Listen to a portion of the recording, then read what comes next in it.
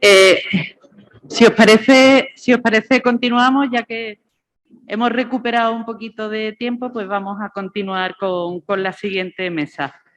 Sí que os voy a pedir a los ponentes, en la medida de lo posible, por favor, que intentemos ajustarnos al tiempo, ¿de acuerdo? Antes de empezar con la siguiente mesa, me gustaría, bueno, el doctor Jonathan Saavedra nos va a hacer un pequeño resumen del consenso que hemos hecho en la SAC sobre el cáncer de próstata hormonosensible metastásico. Simplemente lo que va a hacer va a ser daros unas pinceladas sobre el consenso y, bueno, sobre todas las cosas que hemos hecho. Entonces, cuando tú quieras, Jonathan. Bueno, buenas tardes. Muchas gracias a Ana y a la organización por contar conmigo para esta labor de presentaros nuevamente. No el consenso en sí, porque en 10 minutos es muy difícil de presentar todo el consenso, sino que me he basado más bien en las preguntas o las cuestiones que hemos presentado en el cuestionario que se envió a todos los miembros de la SAC y que os animo a los que no hayáis respondido todavía, pues bueno, a responder en los próximos días. Según la RAE, un consenso no es más que un acuerdo producido por consentimiento entre todos los miembros de un grupo o entre varios grupos. Bien, para hacer esta presentación lo he dividido en tres bloques, uno de diagnóstico, otro de tratamiento y otro de seguimiento. Y como comentaba, lo que vamos a ver es el nivel de acuerdo que ha habido con la respuesta de las preguntas que enviamos, de la encuesta que enviamos. En la primera decíamos que debemos realizar pruebas de imagen de nueva generación si las pruebas convencionales no son concluyentes o son negativas y existe una alta sospecha de enfermedad metastásica. En cuanto a las pruebas de imagen de nueva generación, yo creo que es el punto del consenso donde puede haber más controversia, ya que la evidencia actual es verdad que nos dice que estas pruebas de nueva generación son más sensibles que las pruebas convencionales, pero también es cierto que no tenemos ensayos clínicos fase 3 que nos diga qué hacer con esos resultados de estas pruebas de nueva generación. Ni que decir tiene que estas pruebas, tanto PET colina como PET PSMA, ha llegado para quedarse y bueno, los estudios en marcha pues yo creo que nos darán o nos afianzará esta afirmación que desde la sociedad hacemos. Nosotros lo que decimos es que se debe hacer pruebas de imagen de nueva generación si el tau o la gamma son negativas o hay entre ellas no se ponen, vamos, que no hay la misma opinión de si es metastásico o no, siempre y cuando sean pacientes aptos para un tratamiento de rescate curativo y, por supuesto, si el tratamiento va a influir en lo que hagamos posteriormente. Si no va a influir, no tiene sentido que hagamos ninguna prueba, no de nueva generación, sino ninguna prueba en general. Pues bueno, estos son los resultados de la encuesta. Un 12,5% estaba muy en desacuerdo, un 3,4% estaba algo en desacuerdo y el resto estaba de acuerdo en algunos de los grados, con un 75% muy de acuerdo. Una segunda cuestión, también referida al diagnóstico, es en el fallo bioquímico. ¿Qué hacemos con las pruebas de imagen de nueva generación? Pues bien, nosotros recomendamos que si el PSA es por debajo de 2, debemos de realizar PSMA porque ha demostrado una mayor sensibilidad que el resto de pruebas. Entre 2 y 10 nanogramos debemos de hacer PET colina y a partir de 10 nanogramos pues tenemos que empezar con pruebas convencionales. Todos sabemos que las pruebas convencionales pues tienen una baja sensibilidad cuando los niveles de PSA son bajos y que incluso con PSA por debajo de 7 nanogramos mililitros pues la probabilidad de detectar metástasis ósea por las pruebas convencionales pues son inferiores al 5%. Por ello, desde la Sociedad Andaluza de Medicina Nuclear, Urología y la nuestra, pues se ha creado un documento de recomendaciones sobre la solicitud de pruebas de imagen de nueva generación. Y en ella hemos llegado las tres sociedades a la conclusión, pues lo que he comentado anteriormente, que entre 0,2 y 2 nanogramos mililitros se debe pedir PET-PSMA, entre 2 y 10 PET-colina y a partir de 10 pues empezar con pruebas de imagen convencionales TAC y gamma. El grado de acuerdo en las respuestas a la pregunta que hicimos, pues igualmente un 12,5% estaba muy en desacuerdo, imagino que eran las mismas personas que estaban en desacuerdo en la pregunta anterior. Un 8% estaba ni de acuerdo ni en desacuerdo y el resto pues estaba de acuerdo en distintos grados, con un 70% muy de acuerdo.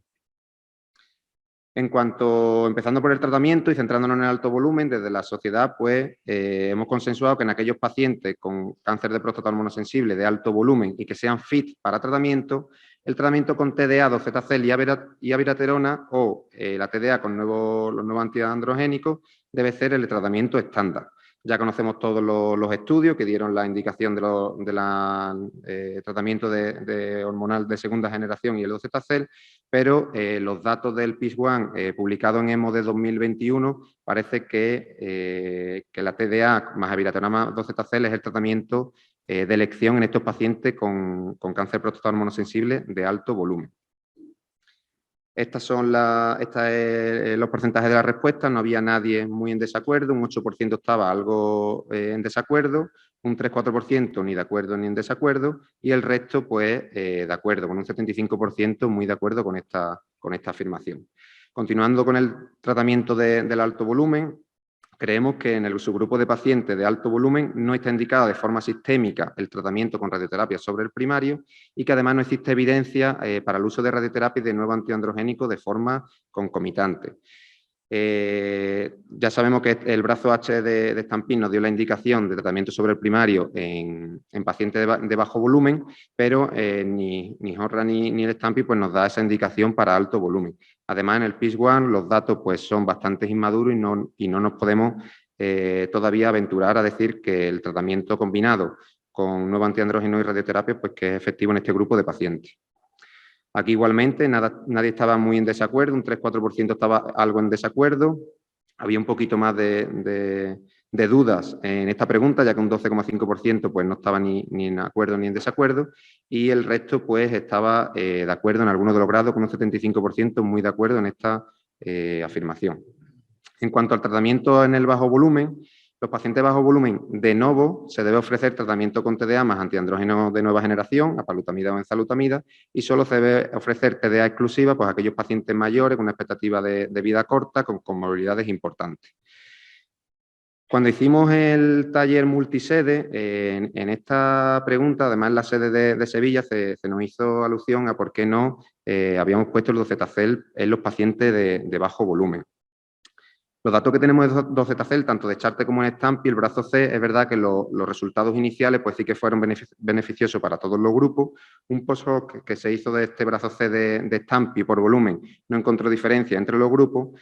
Y más recientemente, el estudio Charte, con una mediana de seguimiento de 64 meses, sí que observa una supervivencia global, un beneficio en supervivencia global en los pacientes de alto volumen, pero esta diferencia no se encontró en el bajo volumen. Por eso creemos que en estos pacientes con bajo volumen pues no se debe de ofrecer docetacel como primera opción de tratamiento.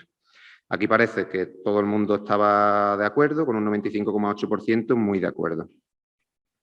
Seguimos con el bajo volumen, en este caso recurrente, y desde la sociedad pues creemos que se debe ofrecer TDA con antiandrógeno de nueva generación, APA o ENZA, igualmente que solamente TDA a los pacientes mayores con esperanza de vida corta, con comorbilidades importantes que contraindiquen los otros tratamientos. Igualmente, como en la sede donde yo estuve allí en Sevilla, pues me hicieron referencia a docetacel, pues bueno, posteriormente a esa sede se hizo una revisión aún más exhaustiva de las que ya habíamos hecho los componentes del consenso y ni Charte ni Stampi pues, ha encontrado beneficios en bajo volumen recurrente. Aquí todo el mundo estaba de acuerdo en la encuesta, excepto un porcentaje, un 3 o un 4%, que estaba algo en desacuerdo. En cuanto a estos pacientes de bajo volumen, si ofrecieron o no radioterapia, pues creemos que se debe de ofrecer en estos pacientes con bajo volumen, junto con TDA y un segundo tratamiento sistémico. Que esta decisión debe ser consensuada con el comité multidisciplinar o en sesión clínica de nuestro servicio y además, por supuesto, con el paciente. Como ya he indicado anteriormente, el brazo H de Stampi pues, nos dio la indicación de radioterapia sobre el primario en bajo volumen. Pero es verdad que no tenemos estudios en los que se hayan combinado, se haya hecho de forma concomitante la radioterapia con estos nuevos antiandrógenos. Aquí me gustaría decir que es verdad que no tenemos esos estudios, pero sabemos el beneficio local que puede producir nuestro tratamiento, sabemos habitualmente lo bien tolerado que son estos tratamientos por nuestros pacientes y además ya tenemos bastantes años de experiencia que estamos tratando a pacientes con enzalutamida y abiraterona, incluso con docetacel en CPRC metastásico y que muchas veces estos pacientes hacemos tratamientos para antiálgico, por ejemplo, y esos pacientes pues no tienen una peor tolerancia que el resto. Aquí el 12,5% de los encuestados no estaban muy en desacuerdo y el resto pues estaban de acuerdo en los distintos grados con un 75% muy de acuerdo. Pasando al tratamiento de los pacientes oligometastásicos y del tratamiento dirigido a esa metástasis, creemos que se debe de considerar realizar tratamiento dirigido a esta metástasis en aquellos pacientes que sean oligometastásicos, que tengan enfermedad recurrente y sin factores de riesgo de alto riesgo, como puede ser el tiempo de duplicación bajo o el corto intervalo libre de enfermedad. Estos datos los sacamos de 3 fase 2. El STORM, donde se demostró una supervivencia libre de hormonas, que no es poco librar al paciente de una castración con el síndrome metabólico que ello conlleva y que todos sabemos, control local y supervivencia libre de fallo bioquímico. El estudio ORIOL, que demostró un aumento en supervivencia libre de progresión, y el estudio fase 2, el único estudio fase 2 donde se objetivó aumento de supervivencia global, que es el SARCOME, pero que es verdad que tenemos que ver estos datos con un poquito de prudencia, ya que solamente el 18% de estos, solamente el 18% de toda esta serie pues eran pacientes con cáncer de próstata. En cuanto a la encuesta, un 12,5%, este porcentaje se repite, imagino que son los mismos compañeros que no están de acuerdo. Que me parece muy bien y que, como digo, la encuesta va a seguir abierta unos días para que todo el que quiera pues que la siga contestando. Y luego el resto, pues sí que estábamos de acuerdo en distinto grado, con un 83,3%, pues muy de acuerdo. En cuanto al tratamiento de los pacientes M1A con afectación ganglionar, creemos que estos pacientes pues, se les debe ofrecer TDA y además añadir uno de los nuevos antiandrógenos, enzalutamida o apalutamida, y en casos seleccionados de alto volumen, de alta carga, por tamaño o por número de lesiones, pues incluso se puede considerar docetacel o abiraterona, y que se debería de ofrecer radioterapia sobre el primario si la carga ganglionar es baja. Estos pacientes es verdad que están en un vacío a la hora de catalogarlo, que si bajo volumen, que si alto volumen y que no lo tenemos claro. Sabemos de estos pacientes que el pronóstico de estos pacientes habitualmente es, como en el peor de los casos, como afectación como la metástasis ósea. Entonces, por eso creemos que ofrecer enzalutamida y apalutamida a estos pacientes pues se debería de hacer. En aquellos pacientes que no tengan una alta carga ganglionar, pues además creemos que se debería de tratar el primario, como haríamos si tuviéramos un paciente con un par de lesiones óseas. Aquí no había nadie en desacuerdo, había un 3-4% algo en desacuerdo, un 12% que ni de acuerdo ni en desacuerdo, y el resto de personas pues sí que estaban de acuerdo en alguno de los grados. En cuanto al tratamiento en mayores, creemos que la edad no es un criterio en sí para limitar el uso de antiandrógenos de nueva generación o el docetacel, y no obstante, pues bueno, habría que realizar una valoración geriátrica integral de estos pacientes que incluya cuestionario y nomograma predictivo y calidad de vida, y estudiar las posibles comorbilidades. Podemos tender a pensar que en estos pacientes mayores, pues que a lo mejor no encontramos el beneficio que creemos que podemos encontrar en otro tipo de pacientes, pero me gustaría recalcar que en los estudios pivotales de tanto del nuevo antiandrógeno como de la quimio, más del 40% de estos pacientes eran mayores de 70 años y que se encontraron resultados de beneficio en este subgrupo de pacientes. Por eso la edad no debe ser un criterio de exclusión. Aquí no había nadie muy en desacuerdo, había un 3-4% algo en desacuerdo, otro 3%, y el resto estaba de acuerdo, con un 91% muy de acuerdo.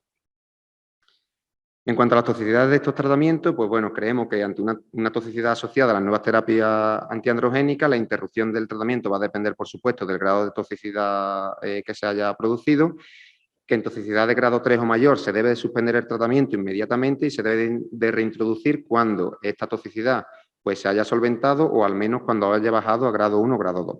Y luego creemos que la reintroducción a dosis plenas o reducidas pues, dependerá de la gravedad del efecto detectado, del fármaco que lo ha producido, de si es nuevamente otra toxicidad y es recurrencia, y se deja a criterio del facultativo. A la hora de la reintroducción, pues creemos que lo más lógico es reintroducirlo a dosis reducida, ver un poco cómo va el paciente. Si el paciente no responde bien, pues subir a dosis plena. Aquí no había nadie en desacuerdo y todo el mundo pues, estaba de acuerdo con esta afirmación. Y la última cuestión, en cuanto al seguimiento de estos pacientes, pues creemos que durante el seguimiento de la TDA con las nuevas terapias antiandrogénicas debemos de realizar pruebas de imagen a la progresión bioquímica, ya sea por PSA o por fosfatasa alcalina, clínica, por supuesto, y que además se debería hacer una prueba de imagen cada 6 o 12 meses con la intención de detectar una progresión precoz, sobre todo en aquellos pacientes que tengan tumores muy indiferenciados, que posiblemente vayan a expresar poco PSA o neuroendocrino.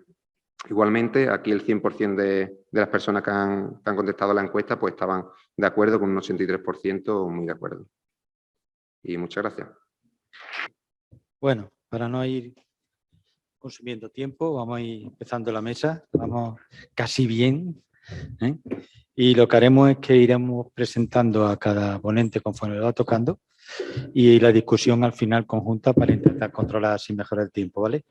Yo creo que es una mesa muy interesante porque vamos a tocar desde el aspecto del diagnóstico con el tema de los test genéticos, con lo cual ya vamos a introducir, ¿no?, un nuevo matiz que sabemos que tenemos que ir adiestrándonos en ese aspecto, y luego todos los aspectos del cáncer localizado, al cáncer metastásico, hormonoresistente y hormonosensible. Así que, si quieres comentar algo, si no, ya presentamos a la primera. Hola. Bueno, pues nada, buenas tardes a todos. En primer lugar, lo que quiero decir es que para mí es un verdadero honor, y cuando lo digo en palabras mayúsculas, haber sido invitado a este 22º Congreso de la Sociedad Andaluza de Cancerología, que en realidad mucha gente no sabe, los que tienen menos cultura, no saben que lo que agrupa es a los oncólogos radioterápicos. Para poner cancerología nada más, ¿no? Fundamentalmente la gran mayoría... Agrupa a todos. ¿Sí? Agrupa a todos. Pues a mí me entendí, pues mira qué bien viene esto para conocer la historia. Bueno, nosotros la tenemos asociada fundamentalmente a vosotros, ¿no? Entonces, que sois lo que es. Como decía, para mí era un honor, y decía que era un honor al menos en dos vertientes. Una, como presidente de la Asociación Andaluza de Urología y representante de todos los urólogos andaluces, y otra a nivel personal, ya que desde siempre, desde luego, hemos trabajado tanto en el día a día, y aquí hay oncólogas radioterápicas con las que trabajamos día a día, como en las reuniones que organizamos formativas, y así bien conocéis que desde hace 7 años organizamos en Jaén la reunión de andaluzas de urología y oncología radioterápica, la reunión Aurora. Y por tanto, podemos decir que tanto en el trabajo diario como en la formación actuamos como un verdadero abordaje multidisciplinar o transdisciplinar, y eso es llevarlo a la práctica realmente, ¿no? En el que compartimos y sumamos conocimiento y muchas dudas también. Así que no quiero extenderme y retiraros mis gracias por invitarnos aquí. Pues nada, nuestra primera ponente, la doctora Correa, que tenemos el orgullo de que fue residente nuestra, ahora está en el Hospital Virgen de la Victoria y está siendo un referente a nivel andaluz y nacional en el cáncer de próstata. Cuando quiera. Bueno, en primer lugar, dar las gracias a Ismael y a Ana Serradilla por permitirme estar aquí hoy con vosotros. Yo voy a hablar sobre biomarcadores y test genéticos. Sabemos todos que la próstata nos plantea una serie de problemas porque una enfermedad heterogénea. La toma de decisiones es compleja, puesto que pacientes que están catalogados de la misma manera en realidad son pacientes muy diferentes, con una historia natural larga, con morbilidad a los tratamientos, y además en los últimos años han aparecido paneles que pueden aportar datos sobre la expresión de determinados genes que nos pueden ayudar a la toma de decisiones. Hemos tenido también problemas con el diagnóstico, sobre todo nuestros compañeros de urología lo han tenido, porque la biopsia no es un procedimiento banal, es un procedimiento invasivo, porque el PSA es un biomarcador, pero es poco específico, y necesitamos unos biomarcadores que nos puedan evitar biopsias innecesarias y que puedan detectar carcinomas clínicamente significativos. También tenemos pruebas con la estratificación, porque hasta ahora las clasificaciones que hemos estado empleando pues están empezando a quedar obsoletas y necesitamos cada vez más una medicina personalizada basada en biomarcadores predictivos. Un biomarcador se puede considerar una molécula biológica que se encuentra en sangre, en algún fluido corporal y que es un signo de un proceso normal o anormal o de una condición o enfermedad. Este biomarcador nos tiene que informar acerca de la enfermedad y de la progresión. Debe de identificar a los individuos de alto riesgo y poder servir para monitorizar y ver la respuesta a tratamiento. Además, el ideal debería de ser económico, no invasivo y de fácil acceso. vamos a poder tener una primera clasificación entre biomarcadores pronósticos y predictivos, siendo los pronósticos aquellos que establecen el riesgo o probabilidad que tiene un paciente que no recibe más tratamiento para su cáncer de próstata de presentar un resultado clínico determinado. Y por otra parte, los predictivos, que van a identificar a aquellos pacientes con más probabilidad de beneficiarse de un tratamiento específico comparado con pacientes que no cumplen los criterios especificados. Pero también vamos a tener problemas con los biomarcadores, ya que como el cáncer de próstata es un tumor multifocal y nosotros hacemos una biopsia a una sola parte, nos podemos estar perdiendo mucha información. Además, el espectro mutacional no está todavía muy bien definido y una sola alteración genética no es suficiente para podernos dar información de una enfermedad tan heterogénea. El objetivo, entonces, de los biomarcadores va a ser, por una parte, dar información pronóstica objetiva para ayudarnos en la toma de decisiones de manejo del paciente y elección de tratamiento, para poder optimizar y usar eficientemente los recursos y, además, para poder eliminar la variabilidad interobservador e intraobservador a la hora de poder evaluar las muestras histológicas. Vamos a dar unos pequeños apuntes acerca de las alteraciones genómicas en la próstata. Sabemos que el cáncer de próstata es una entidad con una carga mutacional baja de una mutación por cada megabase. Va a tener unas pérdidas de cromosomas de forma precoz en el inicio de la enfermedad, con pérdida de cromosomas 6P, 8P, 13Q y 6P, que inactivan a genes supresores de tumores como NKX3 y el retinoblastoma 1, que además vamos a encontrar alteraciones focales de los loci cromosómicos como PTEN, TP53 y CDKN1B, que además son marcadores pronósticos de recurrencia y metástasis. Por otra parte, vamos a tener ganancia de cromosomas y también vamos a tener alteraciones en el número de copias. Y esto, además, es un factor pronóstico de progresión de la enfermedad, de manera que vamos a ver que esta alteración solamente la vamos a reconocer hasta en un 5% de los tumores primarios, pero que los tumores metastásicos pueden aparecer hasta en un 32%. En el 2015 se hizo una caracterización extensa, tanto genómica como epigenómica y proteómica, de 333 pacientes con cáncer de próstata primario. Y aquí se pudo ver que la mayor parte de las alteraciones eran o bien fusiones, en un 74% fusiones y mutaciones, y en un 26% alteraciones no clasificables, que por muy pequeñas que sean estas alteraciones, al ser el cáncer de próstata una enfermedad tan prevalente, pues merece la pena investigarlas. Por eso vamos a tener una serie de biomarcadores de susceptibilidad que nos van a dar la susceptibilidad de un paciente de padecer cáncer de próstata. Sabemos que el BRCA1 y 2 son genes de reparación de ADN homólogos, que el BCRA2 se ha asociado hasta un mayor riesgo, o sea, un riesgo de hasta 6 veces padecer un cáncer de próstata, que ya hay algunas guías que recomiendan el analizar este tipo de mutaciones para evaluar el riesgo personal de pacientes con antecedentes familiares o el riesgo de padecer también segundos tumores. También sabemos que MSH2, MSH6 y PMS2 pueden ocasionar inestabilidad en los microsatélites tumorales y reparación deficiente, y esto se asocia en ocasiones con mutaciones. Y estas mutaciones pueden ser potencialmente tratables con fármacos, como ya veremos. Además, estos biomarcadores se han visto que tienen un impacto en el cribado individual de los pacientes, ya que se analizaron aquellos pacientes que tenían mutación de BRCA2 y se vio que el 77% de aquellos pacientes que tenían un cáncer de próstata y esta mutación tenían esa probabilidad de tener cáncer de riesgo intermedio alto, es decir, tumores mucho más agresivos que aquellos pacientes que no tenían la mutación. Y además esto va a impactar en la estrategia de cribado, dado que estos pacientes habría que hacer el cribado a edades más tempranas, a partir de los 45 años, y con niveles de PSA más bajos, a partir de 2,5 nanogramos mililitros. Vamos a encontrar diferentes tipos de biomarcadores. Vamos a ver biomarcadores en sangre, en orina, marcadores tisulares, y también nos puede servir como biomarcador la resonancia magnética multiparamétrica, porque nos va a ayudar a la detección de un cáncer de próstata significativo y va a ayudar también a evitar las biopsias innecesarias hasta en un 27%. Vamos a utilizar los biomarcadores en diferentes contextos. Por una parte, cuando tenemos sospecha de cáncer de próstata, es decir, antes de la biopsia, en el momento del tratamiento y en el momento de la adyuvancia.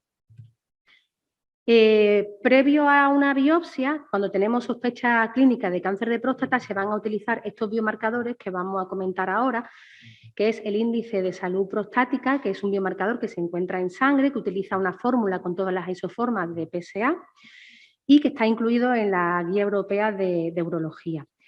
También vamos a utilizar, o los compañeros de urología utilizan, el Score 4K, que es un biomarcador en sangre, que es un panel de 4 calicreínas que utilizan todas las formas del PSA y además la calicreína humana 2, junto con marcadores clínicos como la edad, el tacto rectal y la biopsia previa, que nos van a ayudar a indicar una biopsia para detectar un cáncer de próstata clínicamente significativo.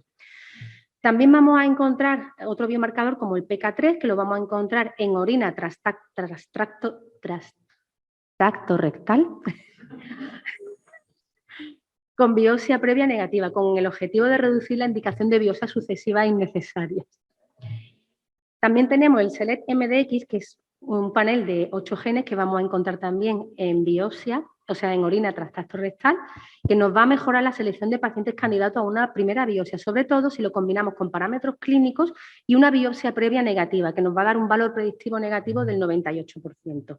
También tenemos ExoDX, que se puede medir tanto en sangre y en orina y que va a ayudar también a reducir el número de biopsias innecesarias.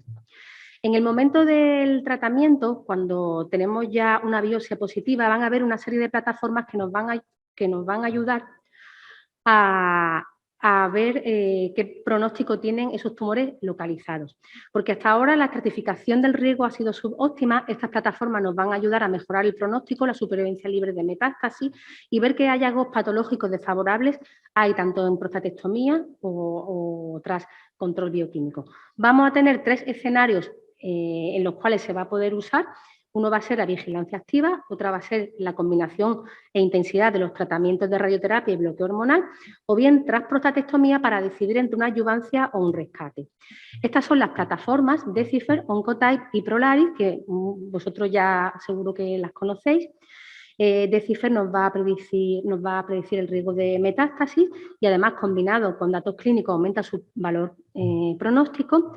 Oncotype es un panel de 17 genes que nos van a predecir características patológicas desfavorables tras prostatectomía y nos va a ayudar en la toma de decisiones de pacientes con cáncer de próstata de bajo riesgo o riesgo intermedio para decidir entre vigilancia activa o un tratamiento.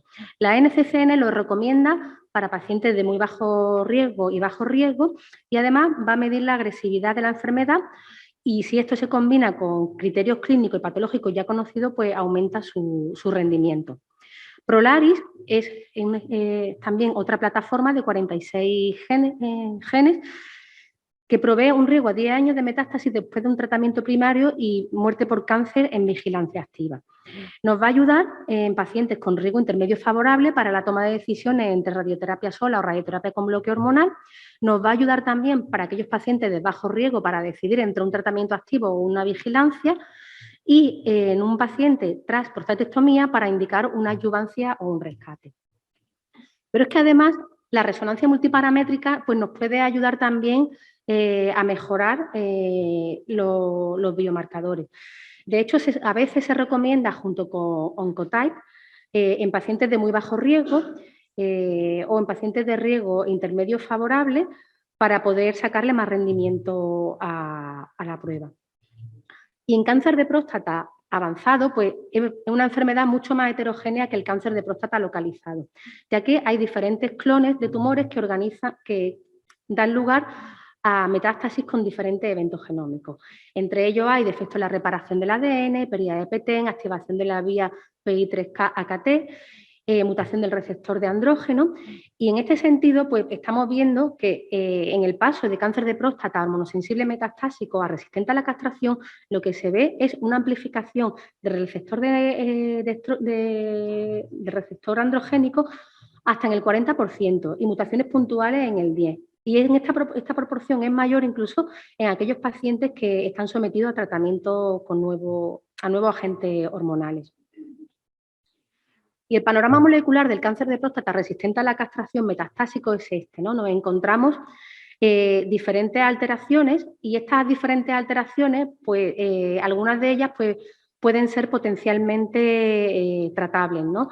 De hecho, la vía del PI3K, pues que se ve en estos pacientes hasta un 49%, pues puede ser medicable con ipatasertib, por ejemplo, o la vía de la reparación del ADN, aquellos pacientes que tienen mutaciones de BRCA1 o BRCA2, pues ya ha salido y tiene ya su indicación después de abiraterona y enzalutamida, olaparib y rucaparib, ¿de acuerdo? Este sería todos los inhibidores PAR que han salido y sobre todo el olaparib, que está ya en el mercado. Y además tenemos biomarcadores en sangre periférica. Quizás esto también es bastante novedoso y vamos a tener que acostumbrarnos a ver qué son las células tumorales circulantes, las células circulantes tumorales y la biopsia líquida, ¿no? Que es un procedimiento mucho menos cruento, probablemente va a ser, bueno, probablemente ya es el futuro y a partir de ahora lo vamos a empezar a utilizar muchísimo, porque se puede utilizar material o células en sangre periférica y nos va a ayudar en la evaluación dinámica de la enfermedad. También las variantes del receptor de estrógeno, del receptor andrógeno 7, que nos va a ayudar como biomarcador predictivo de respuesta o ausencia de respuesta a abiraterona o enzalutamida, el ADN tumoral circulante y los exosomas. Y además esto va a favorecer que tengamos que empezar las indicaciones de estudios genéticos, que tendremos que hacer siempre que haya la sospecha de un síndrome de predisposición a cáncer de próstata hereditario, que tendremos que hacer porque este estudio genético nos va a hacer falta a la hora de tomar decisiones terapéuticas y además para monitorizar la respuesta a los tratamientos como el olaparib y el rucaparib, y en ellos tendremos que estudiar los genes que hemos visto antes. Como consecuencia, el encontrar estas alteraciones pues van a hacer que tengamos que utilizar screening para otros tumores, que se deba recomendar para cáncer de mama en estos pacientes también, y además lo vamos a utilizar como factor predictivo de respuesta a tratamientos con inhibidores PAR.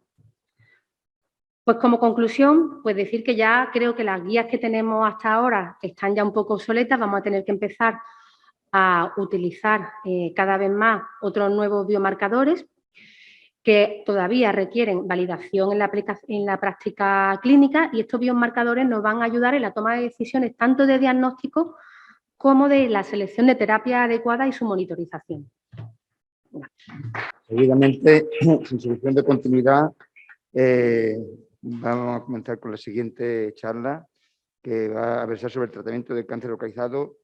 En primer lugar, el papel del urólogo, cirugía y criocirugía, del doctor Fernando Vázquez, que es urólogo del Hospital Universitario Virgen de las Nieves, que tiene un máster universitario en inmunología molecular, en cáncer prostático avanzado, en manejo integral de cáncer renal, etc. Y que es conocido por todos y que es un buen amigo. Así que adelante, Fernando. Bueno, pues muchas gracias, Juan. Muchas gracias a vosotros por la invitación, en especial a Ana Serradilla, bueno, a toda la sociedad vuestra, ¿no? Es un placer, un honor. Es la segunda vez que tengo la fortuna de participar y espero que haya una tercera vez en unos pocos años. Así que encantado. Y nada, pues voy a hablar del papel del urólogo en el tratamiento del cáncer de próstata localizado. La ponencia deben ser 10-12 minutos y aunque se titula cirugía y crioterapia, creo que me voy a focalizar, lo veo más interesante, hablar de la crioterapia e incluso también de la terapia focal, ¿no? Y bueno, ¿cuál es la evidencia de la crioterapia o terapia focal en la literatura o en las diferentes guías clínicas? Pues realmente es muy baja, es bajita. En las guías europeas, pues hay una tabla muy grande, ¿se puede ver? Hay una tabla muy grande donde nos dice, sobre todo, pues bueno, el nivel de evidencia de la cirugía, el nivel de evidencia de la radioterapia, y al final del todo, hay muy chiquitito abajo, hay un apartado donde dice terapias locales que no sean ni cirugía ni radioterapia. Y ahí se cuelan la crioterapia y la terapia focal. Nos dice, pues bueno, que no hay un nivel de evidencia elevado y que bueno, que este tipo de pacientes los debemos tratar en el contexto de ensayos clínicos o estudios de cohortes prospectivas. Hablando del tratamiento del primario, ¿vale? Y eso, pues bueno, esa es la evidencia de la crioterapia y terapia focal, que es bajita. ¿Qué nos dice la NCCN? Pues prácticamente nos dice lo mismo. Nos dice, de hecho, que la crioterapia no se debe tratar como en pacientes primarios, ¿no? En cáncer de próstata primario. y nos da como razones que el tratamiento estándar, que es la cirugía o radioterapia, pues la crioterapia con respecto a este tipo de cirugía o radioterapia no aporta ventajas, ¿no? Ni en términos de eficacia ni en términos de seguridad. Esa es la razón por la cual no recomiendan la crioterapia como tratamiento primario. Y yo realmente estoy de acuerdo con ello. No creo que aporte mucho la crioterapia en este contexto.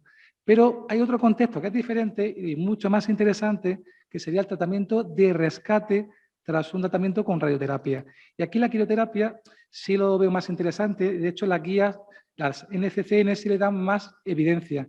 Le dan un nivel de evidencia 2A, también está el HIFU con menos 2B, pero aquí posiblemente la indicación principal de la crioterapia sea como tratamiento de rescate tras un tratamiento aplicado por vosotros, ¿no? Y bueno, pues ¿en qué consiste la crioterapia? Aquí tengo una foto de Armando Suárez, que fue un compañero, el urólogo que implementó la técnica en Virgen de las Nieves, pero ya emigró a Virgen de Macarena de Sevilla. Pero bueno, para que le doy las gracias por implementar la técnica y me ha cedido algunas diapositivas de mecanismo de acción. ¿Y cómo actúa la crioterapia? Pues con frío, evidentemente, ¿no? La próstata se va enfriando, se coloca la planilla con un control ecográfico con una sonda rectal, como la braquiterapia, y a través del periné pues, se introducen las criosondas. Y la próstata poco a poco se va enfriando y actúa sobre dos niveles, uno a nivel celular y otro a nivel vascular. Inicialmente, cuando la próstata se va enfriando y va alcanzando los menos 20 grados, se produce el llamado efecto solución, que consiste pues, en una lesión, se va lesionando la membrana celular, se lesionan los organelos de la célula, va cambiando el pH y la célula pues, va perdiendo agua. Este es el efecto solución. Cuando ya alcanzamos los menos 20 grados y nos vamos aproximando a los menos 40 grados, entramos en la fase de nucleación heterogénea, que simplemente consiste en la formación de cristales dentro de la célula y la membrana celular poco a poco se va deteriorando. Y cuando ya vamos alcanzando los menos 40 grados, que ese es el objetivo, pues entramos en la fase de nucleación homogénea, en la cual en esta temperatura prácticamente es inviable con la vida, ¿no? Todos los procesos metabólicos de la célula pues se paran y se produce la muerte celular. También decíamos que tiene un efecto vascular, se produce un edema, se produce un trombo y esto lleva a una isquemia y por tanto pues a una muerte celular, una necrosis de la célula. Y si quedase algo de viabilidad de la célula, entramos luego en una fase de calentamiento. La próstata se va calentando hasta 37 grados, adquiere otra vez agua y si queda una célula viable, pues ya se termina de necrosarse. Ese es el mecanismo de acción de la crioterapia. Es parecida a la braquiterapia, como comentaba, el control ecográfico, se introducen las criosondas y es un poco también a ojo, ¿no? Depende, es muy operador dependiente. Y se cesa cuando ya se alcanzan los menos 40 grados y se produce una masa de hielo, que eso se puede ver con la ecografía. Para evitar toxicidades o minimizar las toxicidades, pues bueno, hay unos controles de temperatura, unas agujas, que se colocan una en el ápex de la próstata, otra se le coloca en el esfínter externo y otra en el espacio de non-biliar para control del recto. Aquí a la izquierda ves un control ecográfico de cuando se acaba el procedimiento, pues realmente la próstata ya casi no se ve por la masa de hielo que hay, ¿no?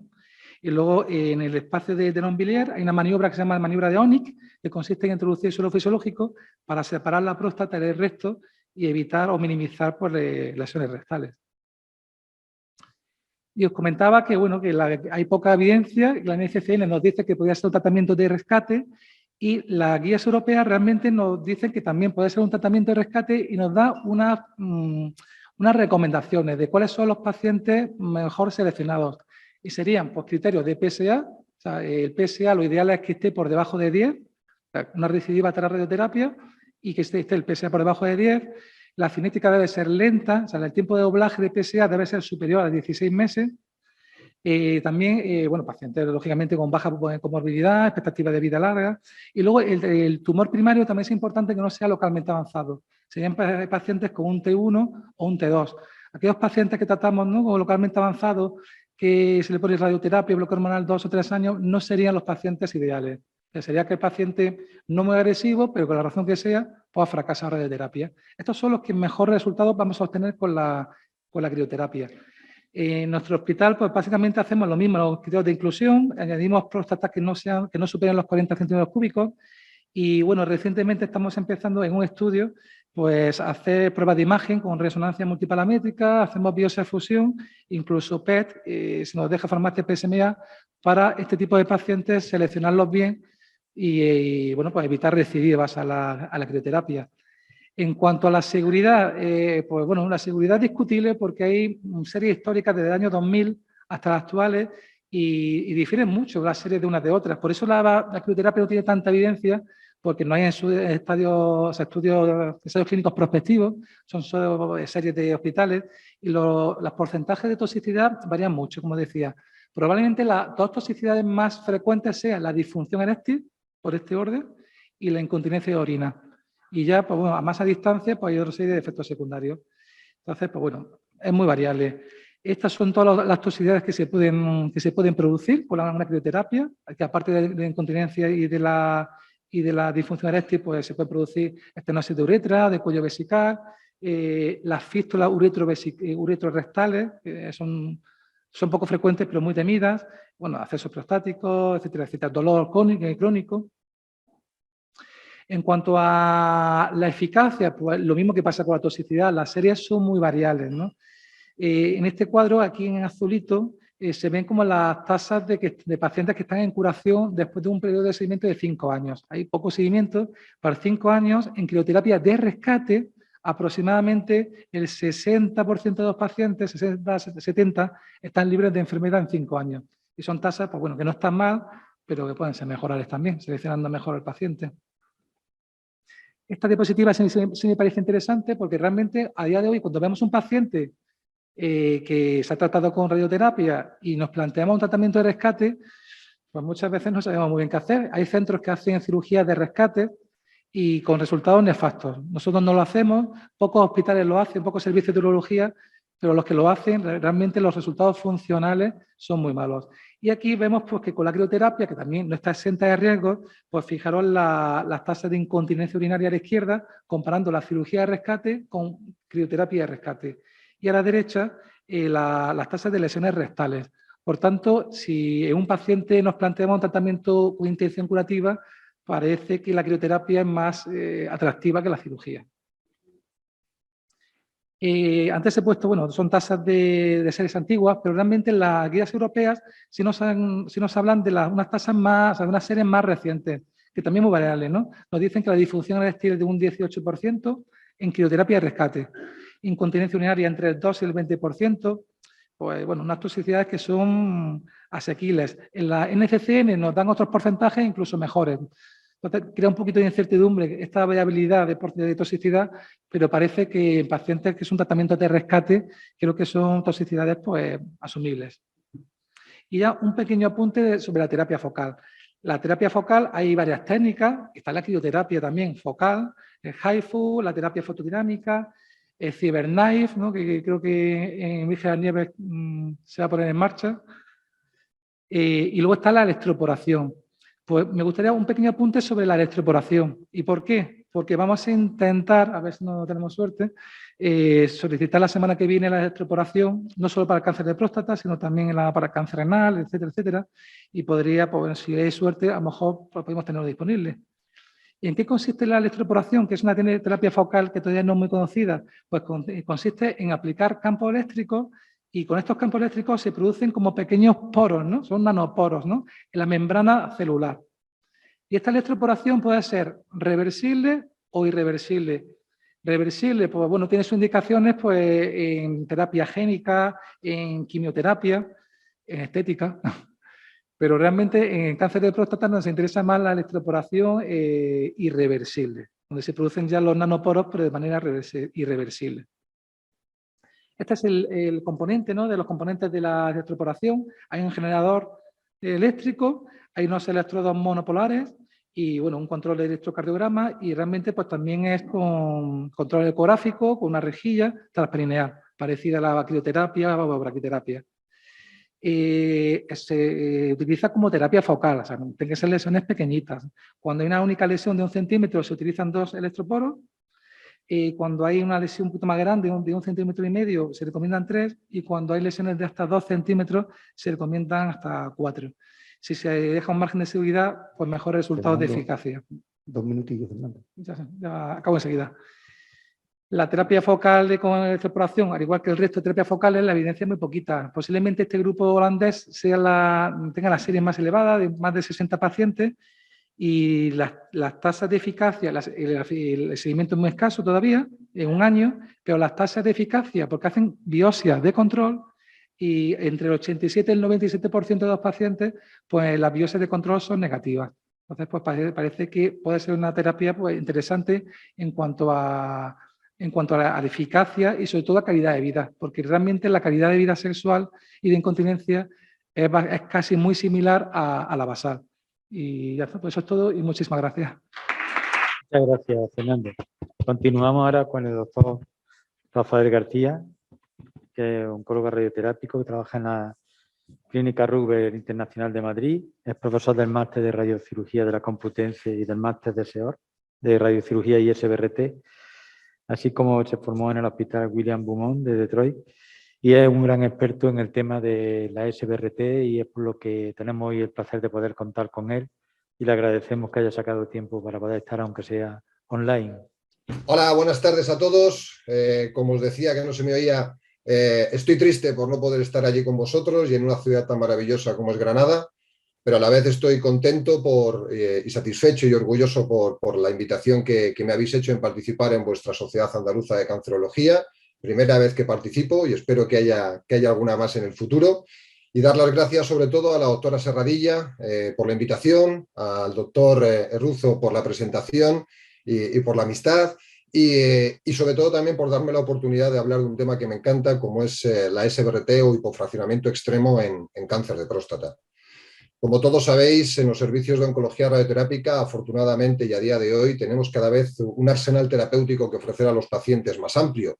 Pero si nos centramos sobre todo en el fraccionamiento y en las dosis que podemos dar a este tipo de pacientes, partimos de lo que ya es la radioterapia convencional, 8 semanas, 1,8, 2 Gray por fracción. Ya desde hace unos años un estándar como es el hipofraccionamiento moderado, en el cual reducimos el tratamiento exclusivamente a 4 semanas y administrando una dosis por fracción entre 2,5 y 3,4. Y de lo que nos ocupa hoy, que es la explicación y la justificación de cómo el hipofraccionamiento extremo, en tan solo entre 1 y 5 días, con altas dosis por fracción y un número reducido de fracciones, podemos aplicarlo a los pacientes de cáncer de próstata localizado. Para ello, es fundamental la evolución tanto tecnológica en los aceleradores como las técnicas de imagen, y por eso nos está permitiendo hacer una radioterapia guiada por imagen que nos ha permitido evolucionar, como os decía, tecnológicamente, de la 2D a la 3D, de la 3D a la MRT y ahora a la SBRT, en el cual nos permitía también reducir esos márgenes de seguridad que teníamos y, por lo tanto, una exposición menor a los órganos de riesgo, sobre todo vejiga, recto y uretra. Y esa IGRT o radioterapia guiada por imagen nos está sirviendo no solamente desde el punto de vista diagnóstico, de diagnosticar mejor a nuestros pacientes de cáncer de próstata, sino también utilizar esta evolución en la imagen para la simulación y la planificación de nuestros tratamientos. También la imagen ha mejorado sobre todo el corregir tanto los errores interfracción que podemos tener en nuestros pacientes, bien guiado por imagen de TAC o bien guiado por imagen de resonancia, sino que también la imagen nos está permitiendo corregir intrafracción y detectar y corregir en tiempo real los errores que vayan ocurriendo durante el tratamiento. Por eso la hipótesis del hipofraccionamiento extremo en este tipo de pacientes se basa en una serie de características. Por supuesto, la radiobiología del cáncer de próstata, todos sabemos, un alfabeto bajo, favorecería altas dosis por fracción en un número reducido de fracciones. Y nos basamos también en la clínica o los antecedentes clínicos, como pueden ser los estudios ingleses del siglo pasado, en el cual tanto el control bioquímico como la toxicidad en 6 fracciones será bastante bueno, pero sobre todo lo que nos aporta la braquiterapia, esas altas dosis que aplica la braquiterapia con resultados excelentes y con muy buena tolerancia por parte del paciente. Es decir, estas características le darían una ganancia terapéutica a esta SBRT. Pero también la SBRT lo que nos aporta también es un menor número de días y una menor invasividad, lo cual favorece también en la calidad de vida de nuestros pacientes. Por lo tanto, una mejor conveniencia del paciente. Y todo esto, obviamente, y en el mundo en el que vivimos, seguramente nos podrán beneficiar en la optimización de recursos y también a nivel de coste de eficiencia. Es decir, la SBRT se podría considerar como las 3 cosas que buscamos en todos los tratamientos: que sea mejor, que sea rápido y que sea más barato. De hecho, la SBRT es como la hija bonita, la hija lista que ha cogido lo mejor de la radioterapia externa y de la braquiterapia. De la braquiterapia, imagen o una guiada por imagen en tiempo real durante la administración del tratamiento y cortos tratamientos en número de días. Y de la externa, evidentemente, la no invasividad, como os comentaba antes.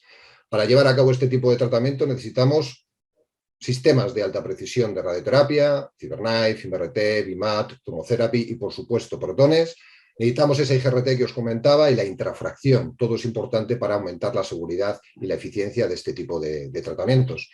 Pero no es lo suficiente o no es lo único importante a la hora de llevar a cabo este tipo de tratamientos, sino también, sobre todo, el equipo humano que va detrás, puesto que este equipo humano es el responsable de que las cosas salgan bien.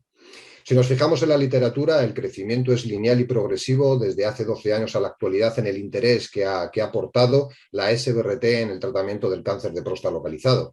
Y durante estos años sí que es verdad que se decía inicialmente pues, que no había mucho seguimiento o que no había datos a largo seguimiento. Esos datos se han ido publicando, como esta publicación del año 2017 de Alan Katz, en el cual mostraba 10 años de seguimiento de la aplicación de SBRT en pacientes de bajo riesgo. Control bioquímico, excelente, por encima del 90%, equiparable a otras técnicas de tratamiento. Pero también nos daba con este seguimiento cómo va el nadir del PSA o cómo es la cinética del PSA después de un tratamiento de SBRT, que se asemeja al de braquiterapia, pero también la calidad de vida tanto geniturinaria como gastrointestinal, que excepto ese pequeño bajón en el EPIC en los primeros meses, posteriormente vuelve a su estado basal. Pero claro, esto es en bajo riesgo y nos decían, bueno, pues sí, en bajo riesgo no, ya tenemos la evidencia, pero ¿qué pasa con el intermedio riesgo? Año 2019, muy importante, en la SBRT de próstata tenemos los resultados con 7 años de seguimiento, más de 2.000 pacientes, bajo e intermedio riesgo, donde los resultados de control bioquímico de libre de metástasis son excelentes y sobre todo comparables a otras técnicas tanto de radioterapia como quirúrgicas. Si nos fijamos en la toxicidad con 7 años de seguimiento, observamos que la geniturinaria es muy similar a otras publicaciones, tanto con braqui como con radioterapia externa, y la gastrointestinal es igual o por lo menos mejor que algunas publicaciones que se han hecho hasta ahora. Esto es debido sobre todo porque en la actualidad tenemos sistemas que nos permiten una mejor protección rectal, como son los balones rectales o los espaciadores rectales, que ofrecen mejorías con respecto a otros sistemas que no nos aportaban ningún beneficio dosimétrico. Y entre ellos, en la comparación entre el balón rectal y el espaciador, parece que ofrece mejores resultados dosimétricos el espaciador rectal. En ese sentido, este último ha evolucionado también porque normalmente cuando se ponía aerois intenso con el TAC no podíamos visualizar y nos obligaba a realizar una resonancia tanto para ver dónde estaba como la colocación, etc. Actualmente estos espaciadores rectales han incorporado también un contraste para que sean visibles solamente con la TAC, aunque la resonancia también nos puede dar un contorneo más preciso de los órganos de riesgo a proteger y del target a tratar. Pero también nos decían, ya, pero es que no son muchos pacientes. 2019, metaanálisis, más de 6.000 pacientes, diferentes grupos de riesgo, sobre todo bajo e intermedio riesgo, donde los controles bioquímicos se mantenían en una excelencia comparable a otras técnicas y la toxicidad tardía apenas llegaba a un 2%, con más de 1.200 pacientes analizados y con un seguimiento de 5 años. Es decir, es eficaz y era segura en cuanto a toxicidad. De hecho, tenía que aportarse en el armamento que tendríamos que ofrecer a nuestros pacientes cuando acudieran a la consulta y cumplieran con esos estándares de riesgo de cáncer de próstata. En ese sentido, también nos echaban en cara de que no había fase 3, de que no había estudios fase 3 y en 2019 también el estudio escandinavo nos mostraba una comparativa de fraccionamiento convencional con ultra hipofraccionamiento, en este caso 7 fracciones de 6,1 Grays, donde a nivel bioquímico no había ninguna diferencia a 5 años y a nivel de toxicidad sí que parecía que había un ligero aumento de toxicidad aguda en el grupo de hipofraccionamiento con respecto al fraccionamiento convencional. Pero esto sí que abría la puerta al hecho de que ya confirmaba que el hipofraccionamiento extremo era una opción de tratamiento buena, en este caso principalmente para intermedio riesgo, puesto que el porcentaje de alto riesgo era solamente el 10% y no se podían extrapolar esos datos. Pero todavía había otro ensayo fase 3, como es el PACE, donde es muy importante, rama A lo compara con la cirugía, rama B lo compara con la radioterapia en sus diferentes versiones, y también en el año 2019 tenemos los primeros resultados, sobre todo a nivel de toxicidad aguda, donde el hipofraccionamiento extremo, a diferencia del estudio escandinavo, aquí no ofrece un aumento de toxicidad aguda, sino que es equiparable a los fraccionamientos más convencionales en cáncer de próstata localizado. Últimamente, en la ESTRO del año pasado, se presentó también a 2 años el control, la toxicidad que mostraban el PACE con 5 fracciones y, como vemos, era equiparable tanto al CHIP como al hipofraccionamiento moderado, lo cual suponía, y estamos esperando los resultados bioquímicos, pero que la tolerancia de este hipofraccionamiento extremo con alta tecnología era perfectamente tolerable por parte de los pacientes. Incluso se ha hecho un metaanálisis más recientemente valorando el fraccionamiento convencional, el hipofraccionamiento moderado y el hipofraccionamiento extremo de los resultados de estudios fase 3, donde muestra que no hay diferencias a nivel de control bioquímico entre ninguno de los tres, pero sí que parece que el ultrahipofraccionamiento o el hipofraccionamiento extremo ofrece mejorías en toxicidad tanto gastrointestinal como genitourinaria. ¿Cuáles son los futuros retos que tenemos que presentarnos en la SBRT en cáncer de próstata localizado? Pues seguir o aumentar las técnicas eficaces, precisas y tolerables, y que evidentemente sean extendidas a lo largo del territorio nacional para poder llevar a cabo más tratamientos. Y para esto último tenemos que dar una pequeña gracias a alguien que nos ha hecho una mano para poder evolucionar y para que se extienda esta técnica tan interesante para nuestros pacientes. Ya voy terminando. Para futuros retos, evidentemente, ya sabemos que en bajo e intermedio está establecido. La NCCN nos dice también que en desfavorable, en alto riesgo, pero no lo podemos considerar como estándar, puesto que los resultados y el número de pacientes son bastante escasos. No podemos decir que hay nivel de evidencia 1, y hay estudios en marcha, como es la rama C del PACE, donde lo compara SBRT más bloqueo versus fraccionamiento más convencional con bloqueo en pacientes de intermedio y alto riesgo. Y ha abierto en este año también incluso el papel de la SBRT a nivel del tratamiento de los ganglios pélvicos. Y no solamente en monoterapia, sino estudios que también nos marcarán el papel de la SBRT, sobre todo como BUS, es decir, lo que conseguía la braquiterapia, a ver qué pasa con la SBRT.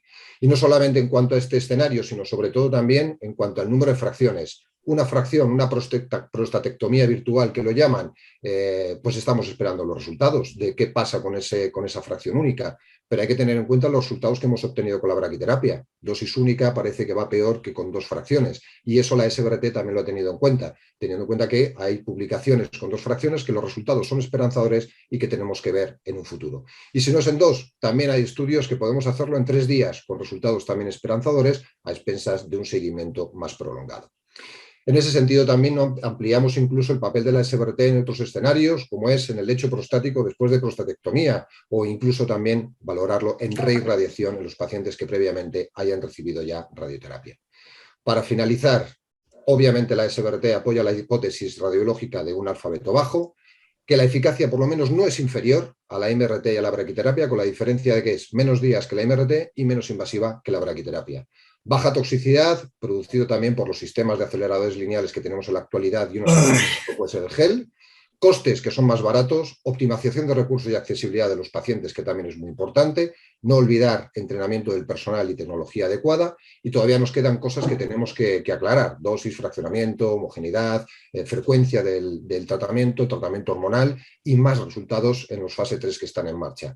Y sobre todo en estos fase 3 también el papel de la SBRT, como os decía, en alto riesgo, en el lecho quirúrgico, en reirradiación, incluso en terapia focal, y también uno que está en auge, que sería el papel de la SBRT en paciente oligometastático. Muchas gracias.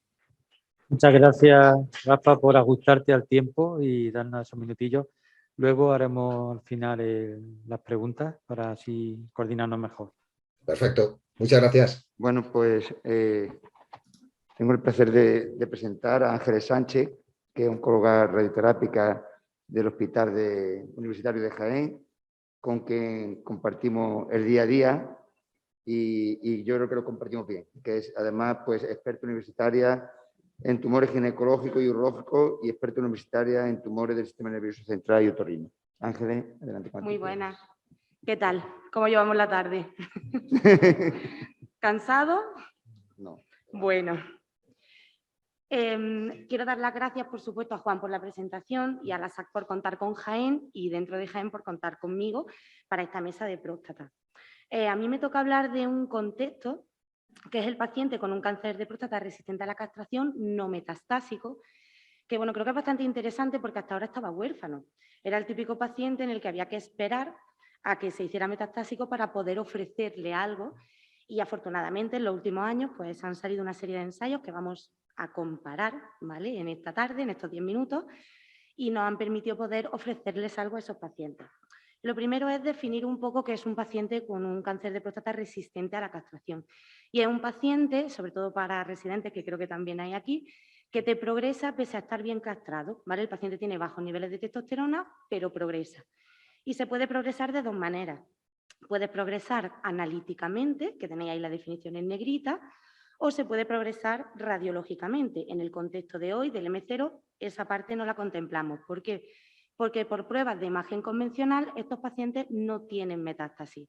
¿Y por qué es importante destacar convencional? Bueno, los compañeros del radar son una serie de expertos que se reúnen cada X tiempo y nos dicen qué hacer cuando no sabemos qué hacer, ¿vale? En ciertos contextos que no quedan claros. Ellos, en el M0 resistente a la castración, siguen recomendando las pruebas de imagen convencional, pero ya en la última reunión, en el radar 3, pues se sumaron al carro de, no el futuro, el presente, ¿vale? Que son las nuevas pruebas de imagen diagnóstica. Es el PET. Jonathan ha hablado del PET, el compañero de medicina nuclear esta mañana habló del PET. El PET hay que contemplarlo. Es mejor que las pruebas de imagen convencional. Otra cosa es que los resultados que nos den no sepamos muy bien qué hacer con ellos, pero mejor es. Y ya lo contemplan en el M0 resistente a la castración, cuando es de alto riesgo de metástasis. El paciente tiene un bajo tiempo de duplicación y siempre que consideres que te puede cambiar un poco la actitud terapéutica. ¿Y por qué? Pues vamos a poner un ejemplo. Este ensayo es un estudio retrospectivo de 200 pacientes que tenían las características de los pacientes del estudio Spartan. Eran pacientes M0 por pruebas de imagen convencional, resistentes a la castración por criterio analítico y que además tenían pruebas de imagen negativas, eran M0. A estos pacientes les hacen a todos un PET-PSMA y a mí los resultados por lo menos me han llamado mucho la atención porque es que más del 95% tenía enfermedad o local o metastásica, pero tenía enfermedad y de ellos más de la mitad, el 55%, eran catalogados como metastásicos. Eso llama la atención, eso justifica lo que decíamos antes, es mejor detectando enfermedad. Pero también los autores de este artículo hacen una reflexión a la que yo personalmente me sumo. Que estos pacientes sean metastásicos no significa que quizá haya que cambiar la actitud terapéutica. Quizás simplemente hay que validar lo que ya tenemos en este nuevo escenario, ¿no? En el que los pacientes solo se diagnostican de M1 por nuevas pruebas de imagen. ¿Y qué tenemos en este contexto del M0 resistente a la castración diagnosticados con pruebas de imagen convencional? Pues tenemos 3 fármacos, que son apalutamida, darolutamida y enzalutamida con sus ensayos pivotales, que son Spartan, Aramis y Prosper. En el resto de la sesión, de estos 10 minutos que me queden, pues vamos a intentar compararlos. Pero digo intentar porque tú no puedes comparar ensayos directamente, ¿vale? Los ensayos están hechos con contextos diferentes, con características diferentes, entonces una comparación directa no es correcto hacerla. Pero sí podemos ponerlos juntos y hacer un poco una comparación indirecta, ¿vale? Que es lo que vamos a intentar hacer. Lo primero, las características del diseño. Tienen características similares. Son pacientes sin metástasis por pruebas de imagen convencional y con características analíticas de resistencia a la castración. Quiero destacar que Spartan y Aramis, por ejemplo, permitían pacientes con enfermedad ganglionar local, que Prosper no, y luego veremos un poco los resultados de eso, porque muchos de nuestros pacientes lo tienen enfermedad local, pero no tienen enfermedad a distancia. Los factores de estratificación son muy similares en los 3. Por supuesto, el endpoint primario es el mismo, supervivencia libre de metástasis, y tienen endpoints secundarios que algunos son compartidos y otros no. La supervivencia global está en los 3, el tiempo hasta progresión de PSA también y la calidad de vida. Y sí que hay algo que quiero destacar que es diferente en los 3 ensayos y es el seguimiento, cómo siguen a esos pacientes. Las pruebas de imagen son iguales, es decir, cada 16 semanas hacen pruebas de imagen para ver si hay o no una progresión. Y en cuanto al seguimiento clínico de toxicidades, etcétera, pues Spartan es mucho más estricto, ¿vale? Lo hace cada mes durante los primeros ciclos. Si se tolera bien, después le da un poco más de margen, lo hace cada 2 meses. Y cuando pasas del ciclo 13, si sigues tolerándolo bien, ya te sigue cada 4 meses. Sin embargo, Aramis y Prosper hacen ese seguimiento directamente cada 4 meses. En cuanto a características de los pacientes basales, es que son prácticamente calcaditos.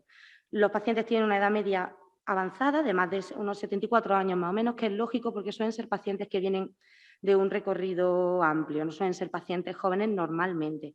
El tiempo de duplicación es de menos de 6 meses, el tiempo medio de duplicación, de ahí que la indicación sea de menos de 6 meses cuando vemos las fichas técnicas y no menos de 10, que es lo que ellos ponían en las características del ensayo.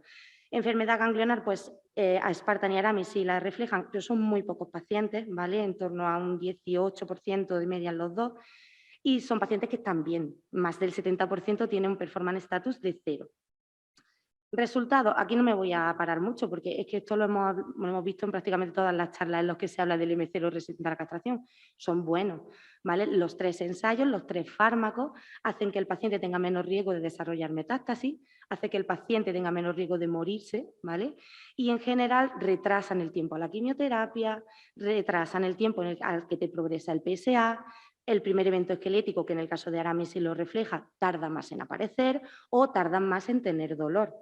¿Vale? Otro endpoint secundario, por ejemplo, pues la PFS2 que lo recoge Spartan, que es la supervivencia libre de progresión a una segunda línea que es favorable para apalutamida. Aramis y Prosper no tienen la PFS2, pero sí sabemos que sus pacientes cuando progresan, pues prácticamente van a lo mismo que en el ensayo Spartan, casi todos van o a docetaxel o a una línea hormonal que no hayan recibido, pero ellos no recogen específicamente la PFS2. Y en el perfil de seguridad, bueno, para comparar, y entre comillas comparar el perfil de seguridad, he cogido este artículo que me parece muy interesante y además es español, que es un artículo en el que se coge el pool de los 3 pacientes y se hace una revisión sistemática utilizando un mecanismo de análisis parecido al metaanálisis, ¿vale? Para intentar reducir al mínimo esa diferencia y poder compararlo de manera indirecta de la mejor manera posible. Algo que llama siempre mucho la atención entre los 3 ensayos es que Aramis siempre reporta mucho menos porcentaje de efectos adversos grado 3 y 4 de lo que hacen Spartan y Prosper. Los compañeros en este artículo creen que se puede justificar por varios motivos. Uno de ellos es que tiene una sistemática de seguimiento diferente, ¿vale? Recordemos que Spartan era un poquito más estricto y Prosper y Aramis eran más laxos, entre comillas, a la hora de hacer ese seguimiento. Pero también influye mucho el tiempo de seguimiento medio hasta que se reportan los datos, porque Spartan y Prosper tenían un tiempo de seguimiento de 48 y 52 meses, mientras que Aramis su primera publicación la hace cuando lleva 18,5 meses de seguimiento. Cuanto más tiempo sigues a un paciente, más posibilidades tienes de detectar efectos adversos graves. Pero es que además ellos hacen algo muy interesante en este artículo, y es que calculan el riesgo relativo tanto de desarrollar cualquier tipo de evento adverso como de desarrollar eventos adversos graves, 3 o 4. Y lo hacen con 2 datos. Aquí a la izquierda, creo que vosotros también tenéis los datos originales de las 3 publicaciones, ¿vale? En el que podéis ver que cuando hablamos de efectos adversos graves, Aramis tiene menos riesgo relativo de desarrollarlo. Y en la otra, a la derecha, incluyen los datos a largo plazo que se publicaron posteriormente de Aramis, ¿no? Que son, digamos, datos más completos porque llevan más tiempo siguiendo a los pacientes y ahí ya se igualan los riesgos relativos. Es decir, no hay mucha diferencia entre los 3 fármacos a la hora de desarrollar esos eventos adversos más graves. Las conclusiones que sacan los compañeros es que en enzalutamida parece que se asocia a un mayor riesgo relativo de caídas, astenia, hipertensión y fractura, que apalutamida se asocia con un mayor riesgo relativo de rash y diarrea y que darolutamida, que sigue teniendo un buen perfil de seguridad igual que los otros 2 fármacos, parece que tiene un mayor riesgo relativo de desarrollar esos eventos adversos de lo que originalmente se presuponía. Calidad de vida, los 3 ensayos y los 3 fármacos han hecho publicaciones posteriores con datos de calidad de vida medidas de manera objetiva a través de pues, el FACT-Pi o el QLQ-PR25. Los resultados son muy similares entre las 3 publicaciones. Las conclusiones es que siempre que el paciente sea un paciente asintomático que de entrada tenga una buena calidad de vida, añadirle alguna de estas superhormonas al paciente que ya tiene el análogo, no parece que empeore su calidad de vida, ¿vale? Al menos hasta que llegas a la fase final, a los últimos ciclos, en los que ya están previos a la progresión, y ahí parece que ya la calidad de vida puede empeorar, pero probablemente asociada a la aparición de eventos, pues metástasis, eventos esqueléticos, etcétera. Entonces, por lo tanto, lo que concluyen es que no hay un empeoramiento en la calidad de vida y el retrasar la aparición de metástasis y la aparición de eventos asociados a la misma puede asociarse con una mejora en la misma. Situaciones que a mí me pasan en consulta y a vosotros seguro que también.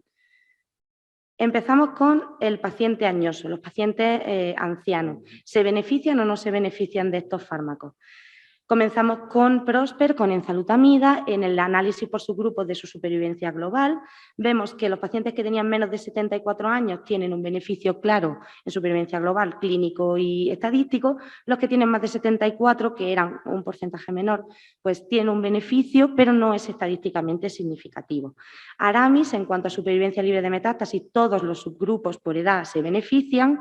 En cuanto a supervivencia global, los que no se benefician estadísticamente son los menores de 65, pero porque eran mucho menos también, ¿vale? Entonces, probablemente era más difícil alcanzar esta significación estadística. Spartan, apalutamida, en cuanto a la supervivencia global, resultados muy similares. Tienen beneficios en los pacientes que tienen menos de 65, en los que tienen más o igual de 65, aunque hay un beneficio clínico, no parece que se obtenga un beneficio significativo, y en supervivencia libre de progresión metastásica, que era su endpoint primario, todos los subgrupos de edad se benefician. Más situaciones del día a día. Los pacientes con enfermedad ganglionar local, pero no enfermedad a distancia. Aquí no tenemos datos de enzalutamida, solo tenemos datos de apalutamida y darolutamida. En cuanto a supervivencia libre de metástasis, todos los subgrupos se benefician, ¿vale? Parece que tú tengas metástasis ganglionares no significa que no te beneficies de añadir este fármaco. Y en cuanto a supervivencia global, me llama la atención que tienen resultados opuestos. A uno le sale que sí en los que tienen metástasis y al otro en los que no. Pero bueno, es que son, como hemos dicho antes, un 18% de los pacientes en el ensayo, son un grupo muy pequeño. Si seguimos con las situaciones del día a día, los pacientes polimedicados, que estos son, ¿cuántos polimedicados tenéis? A los que queráis ponerle esto. Yo creo que el 90% tienen un montón de fármacos asociados. Pues para hablar de esto también quiero coger un artículo de españoles también, de los compañeros de este grupo. Ellos hacen dos tablas que son muy intuitivas, ¿vale? Aquí hablan de qué ocurre con la eficacia de los fármacos que están en la izquierda cuando añades o APA o ENZA o darolutamida. Evidentemente, nada más que de visu, parece que darolutamida tiene un mejor perfil toxicológico, pero no olvidemos que tenemos que tener muy en cuenta con qué interaccionan siempre.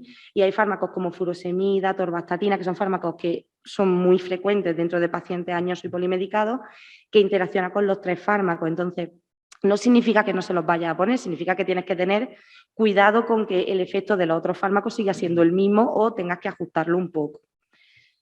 Ya por último, y para concluir, pues quiero dar las conclusiones que para mí el cáncer de próstata resistente a la castración no metastásico quizás sea una entelequia, quizás desaparezca con el tiempo cuando nosotros seamos un poquito mejores en diagnosticar, ¿no? Con el PET-PSMA, el PET-colina y lo que tenga que venir. Eso no significa que tengamos que dejar de usar los fármacos que usamos y pasar a otra línea, solo significa que quizás tenemos que validar lo que tenemos en el M0 resistente a la castración, pues para estas nuevas técnicas de imagen, ¿no? Y crear un grupo que sea pues el paciente que se diagnostica por PET, pero no por pruebas convencionales, que probablemente sean los pacientes de estos tres ensayos pivotales. También destacar que aunque era huérfano, pues ya parece que no, tenemos tres fármacos que han demostrado de sobra que nos mejoran tanto la supervivencia global como la libre de metástasis, que son apalutamida, darolutamida y enzalutamida, y que elegir entre uno u otro es muy difícil, ¿vale? Porque tienen buenos resultados todos, tienen un perfil de seguridad bueno los tres fármacos, y que por lo tanto ahí entra lo que somos nosotros, que somos médicos. Y la medicina es un arte basado en la evidencia, ¿vale? Así que eso es lo que hay que hacer, fijarse en las características de cada uno de los pacientes, en si tienen enfermedad ganglionar, los fármacos concomitantes, la edad, etcétera, e intentar elegir el que consideremos que se ajusta más a cada uno de nuestros pacientes. Esta es la bibliografía que he utilizado para la charla y nada, muchas gracias. Doctora Sánchez, has tenido la suerte de que te hemos dado más tiempo por ser de Jaén, que va de broma. Bueno, ahora tengo el gusto de presentar a Antonio Lazo, también presidente nuestro tiempo atrás y ahora pues brillante adjunto en San Cecilio, del cual estamos muy orgullosos. Tienes 15 minutillos escasos, así que a los 12 o 10 te daré un toquecillo para que te oriente, ¿vale? Sin ánimo de acritud. ¿Cómo se nota que fue residente? Muchas gracias por tus palabras, Ismael. Muchas gracias por invitarme a participar en esta mesa de cáncer de próstata, en la que vamos a tratar el estado del arte del hormonosensible metastásico. Bueno, más que de arte, que mañana hablará seguro mucho mejor la doctora Nuño, se trataba de ver ¿De qué disponemos? ¿De qué herramientas disponemos en la actualidad para el manejo del cáncer de próstata hormonosensible metastásico? Y ver qué elegir, cómo elegir y cuándo. En cuanto al tratamiento sistémico, la base del manejo es y será la deprivación androgénica, el bloqueo androgénico. Pero en los últimos años se han publicado resultados de diferentes estudios que han demostrado que nuevos fármacos mejoran la supervivencia global. Todos estos fármacos mejoran la supervivencia global frente al bloqueo androgénico solo, entre 10 y 16 meses. Hasta esta misma noche han salido resultados nuevos. No tenemos comparaciones directas entre ellos, entonces no sabemos cuál es el mejor tratamiento, pero sí se han intentado hacer comparaciones indirectas, como por ejemplo metaanálisis, en los que se han visto que todo mejora la supervivencia global, aunque algunos han visto que la mejor hazard ratio es la de enzalutamida, menor hazard ratio, mayor probabilidad de beneficio en supervivencia, o abiraterona en alto volumen, por ejemplo. Pero hay que tener cuidado con los resultados de los metaanálisis, ya nos lo decía ayer el doctor González Ferreira, porque los metaanálisis cambian con el seguimiento de los estudios. Y estos metaanálisis, por ejemplo, no incluyen los datos más duros, incluso de ARCHES, ni siquiera de Titán. Entonces, cuidado con los metaanálisis, nos aportan datos, pero no pueden ser un valor absoluto. Entonces, ¿qué hacemos para elegir? Recurrimos generalmente a perfiles de pacientes o vemos las características de los propios fármacos, como nos ha contado la doctora Ángeles, y elegimos bien pues, por el paciente o por el fármaco que vamos a utilizar. En cuanto al criterio volumen que fue definido en el estudio Charted o el criterio riesgo en el estudio Latitud, distinguimos entre pacientes de alto y bajo volumen. De esto nos ha hablado ya también el doctor Saavedra, pero insisto, y así nos lo aprenderemos mucho mejor. Los pacientes de alto volumen suelen estar más representados en todos estos estudios y tienen peor pronóstico, es decir, tienen mayor probabilidad de progresar y de morir precozmente.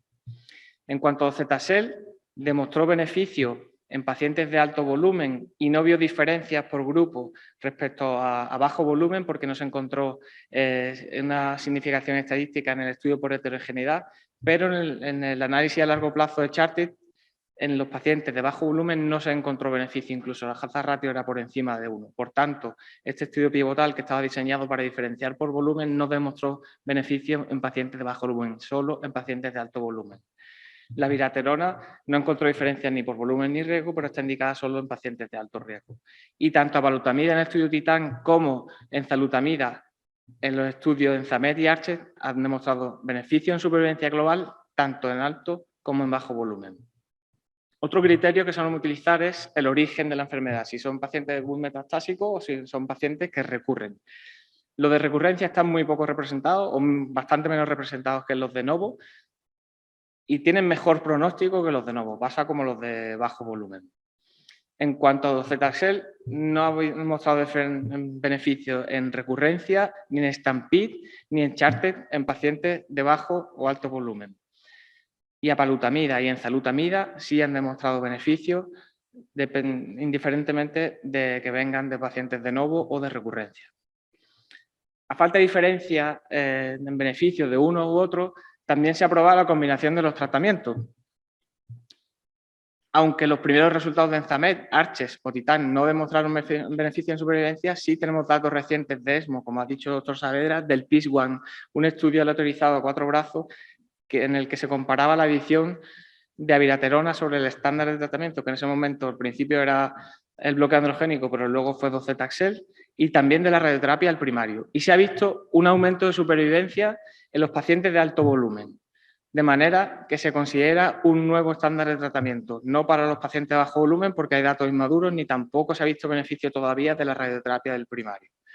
La toxicidad de la combinación de los dos tratamientos no aumentó en cuanto a la neutropenia, pero sí un poquito en hipertensión y disfunción hepática. Y la noticia nueva de esta noche, que no sabréis algunos, otros empollones sí lo sabréis, pero los que estabais de cena no habréis enterado, es que se han comunicado los resultados en ASCO-GU esta noche del ARASENS, un estudio comparado en fase 3 que comparaba la combinación de darolutamida con Docetaxel frente a Docetaxel solo, bueno, con deprivación androgénica. Y ha demostrado también un aumento muy importante, una reducción del riesgo de muerte frente al Docetaxel solo. Así que tenemos también otro posible nuevo estándar de tratamiento.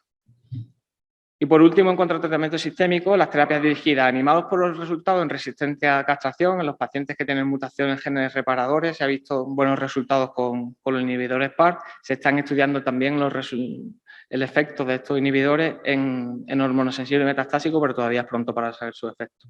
La guía lo que dicen es que los pacientes que lo toleren, les demos terapia de privación androgénica más un segundo tratamiento. En resumen, los mejores resultados son con la combinación, que podemos recurrir al perfil de paciente para elegir el mejor tratamiento, que en alto volumen podemos emplear todo, aunque sumar dos puede ser beneficioso, hay que elegir muy bien a los pacientes. Y en bajo volumen en recurrencia hay datos favorables para los inhibidores de los receptores de andrógenos en enzalutamida y apalutamida. También podemos tener en cuenta otros criterios, las metástasis ganglionares exclusivas, si son metástasis viscerales, la fragilidad del paciente, los costes, pero nos alargaríamos otros 10 o 15 minutos. Y no quería dejar de hablar, en la otra mitad de la charla, de la radioterapia. La mayor parte somos oncólogos radioterápicos y pienso que el papel de la radioterapia va a ser fundamental en estos pacientes. Animados por resultados prospectivos, retrospectivos que mejoraban los resultados en supervivencia con cirugía o radioterapia, se han llevado a cabo estudios fase 3, como el holandés Horvath, que añadía radioterapia al primario a la deprivación androgénica y aunque no demostró beneficio en supervivencia global, sabéis que sugería, por estar próximo a la significación estadística, un posible beneficio en pacientes de bajo volumen. Y esto sí que se confirmó en el estudio Stampede, un estudio con más de 2.000 pacientes, que tampoco veía beneficio de supervivencia en la población global, pero sí demostró un beneficio en los pacientes de bajo volumen, sin diferencia en los pacientes que habían recibido 2 Z-cells que se permitían el tratamiento. Un tratamiento bien tolerado con un buen perfil de seguridad. El metaanálisis posterior que se ha llevado, que también incluía pacientes del PIS-1, ha demostrado un aumento absoluto de la supervivencia global de 7% a 3 años. Y la base lógica del tratamiento local proviene de datos clínicos. Pacientes, por ejemplo en este metaanálisis, pacientes de alto riesgo a los que se ha visto que había recaída local antes de la metástasis tenían peores resultados en supervivencia global, cáncer específica o supervivencia libre de metástasis. Por lo tanto, a pacientes con mayor riesgo, el beneficio local del tratamiento local es mayor que en otras tasas. Y además, no solo en estudios clínicos, en estudios preclínicos se ha visto que el tumor primario mantiene una comunicación con las células diseminadas a través de factores de crecimiento, citoquinas, factores endocrinos, células tumorales circulantes, que hacen que haya una conexión, una comunicación recíproca hacia el tumor, hacia la lesión diseminada y desde la lesión diseminada hacia el tumor principal, incluso habiendo siembra de clonas distantes en el tumor principal. De manera que si tratáramos el tumor primario, reduciríamos esa comunicación, la cortaríamos, induciendo la regresión del tumor e incluso evitando el desarrollo de resistencia a los tratamientos de esas clonas. También se ha visto en estudios de secuenciación que en esa progresión darwiniana que creo que comentaba una compañera esta mañana, en la que el tumor va adquiriendo más heterogeneidad, se va volviendo más inestable y se produce incluso una selección clonal por los propios tratamientos, esas clonas diferentes mantienen características genómicas iguales a las del tumor primario, de manera que se cree que sigue siendo una fuente de extensión, de diseminación de la enfermedad. Y de ahí la importancia de tratar la próstata. Algo parecido a lo que ocurre con el COVID. Van apareciendo nuevas cepas, pero mantienen características parecidas a las cepas iniciales. Y por último quería hablar de la radioterapia dirigida a las metástasis. También se basa un poco en estas teorías del tratamiento local. En principio fue un concepto que apareció como la idea de una enfermedad entre una situación intermedia en un estadio localizado y muy extendido en el que si tratábamos todas las lesiones podríamos llegar incluso a curar la enfermedad. Creo que este concepto es demasiado optimista, creo que este concepto es incluso demasiado simplista, pero dio lugar a mucha investigación, a muchas ideas que nos están sirviendo hoy en día. Porque el cáncer de próstata no es tan simple, es una enfermedad heterogénea, como han publicado nuestras compañeras de Córdoba, que se puede agrupar en distintas entidades, en muchas enfermedades dentro solo del metastásico hormonosensible y en el que su potencial letal no solo depende de un número de lesiones, sino también de sus características biológicas. De manera que si cortáramos también la comunicación desde el tratamiento de la metástasis o incluso indujéramos una respuesta inmune, aumentaríamos la respuesta, la acción antitumoral del tratamiento. Y en esto se basan los nuevos estudios también de investigación con la inmunoterapia en cáncer de próstata. De manera que, más que curar, volviendo a la idea de Basselbaum y Beisel, no me acuerdo los nombres, de la oligometástasis que se puede curar tratando todo, más que curar, lo que podemos hacer es cambiar la historia natural de la enfermedad. Tratando, reduciríamos la carga, el número de lesiones, pero también reduciríamos esas clonas agresivas que pueden desarrollar resistencia a los tratamientos y alargaríamos el tiempo a la resistencia a la castración. Aumentaríamos la supervivencia libre de progresión e incluso, en algunos casos, podemos aumentar la supervivencia global. Esto se ha visto en estudios clínicos. En el estudio STOMP aumentó la supervivencia libre de hormonoterapia frente a observación sola, aunque la mayoría progresaron. También se ha visto en el estudio Oriol, en el que aumentaba la supervivencia libre de progresión y en los que se trataban sobre lesiones detectadas por PET-PSMA, aumentaba la supervivencia libre de metástasis. Y además se vio por un análisis del ADN tumoral que los pacientes que tenían un perfil molecular de bajo riesgo tenían mejores resultados.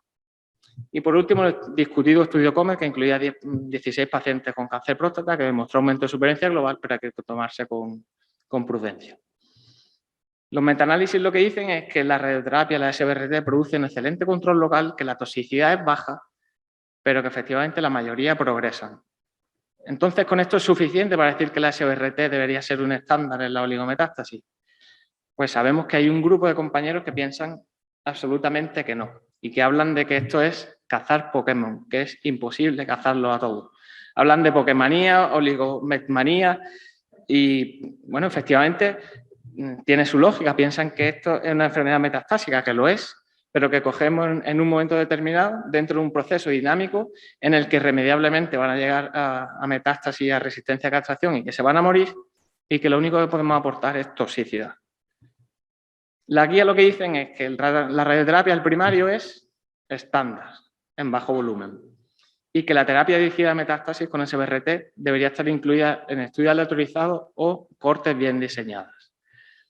La realidad, ¿qué es lo que dice? Pues 1000 oncólogos respondieron que más del 60% recomiendan SBRT a oligometástasis y que 2/3, si no lo hacen, lo harán en un futuro. Esto no es evidencia, esto es opinión, pero es la realidad. Porque pienso que la enfermedad oligometastásica existe y que su tratamiento tiene una trascendencia clínica, que no sabemos si será curar, seguro que en todos los casos no, pero que no tiene sentido en una medicina que cada vez es más individualizada, que es más precisa, que disponemos de nuevos métodos diagnósticos, que no tratemos a ninguno, eso no tiene sentido. Como tampoco tiene sentido que los tratemos a todos. Por eso es fundamental que tengamos en cuenta el uso de los biomarcadores para establecer un pronóstico y una predicción de los resultados, y por eso es fundamental que tengamos en cuenta las nuevas pruebas de imagen, porque podemos dudar de si los resultados después van a ser mejor si le hacemos caso o no, pero que son mejores que las pruebas convencionales, no hay ninguna duda. Son más precisas, son más sensibles, son más específicas y tienen un alto valor predictivo positivo.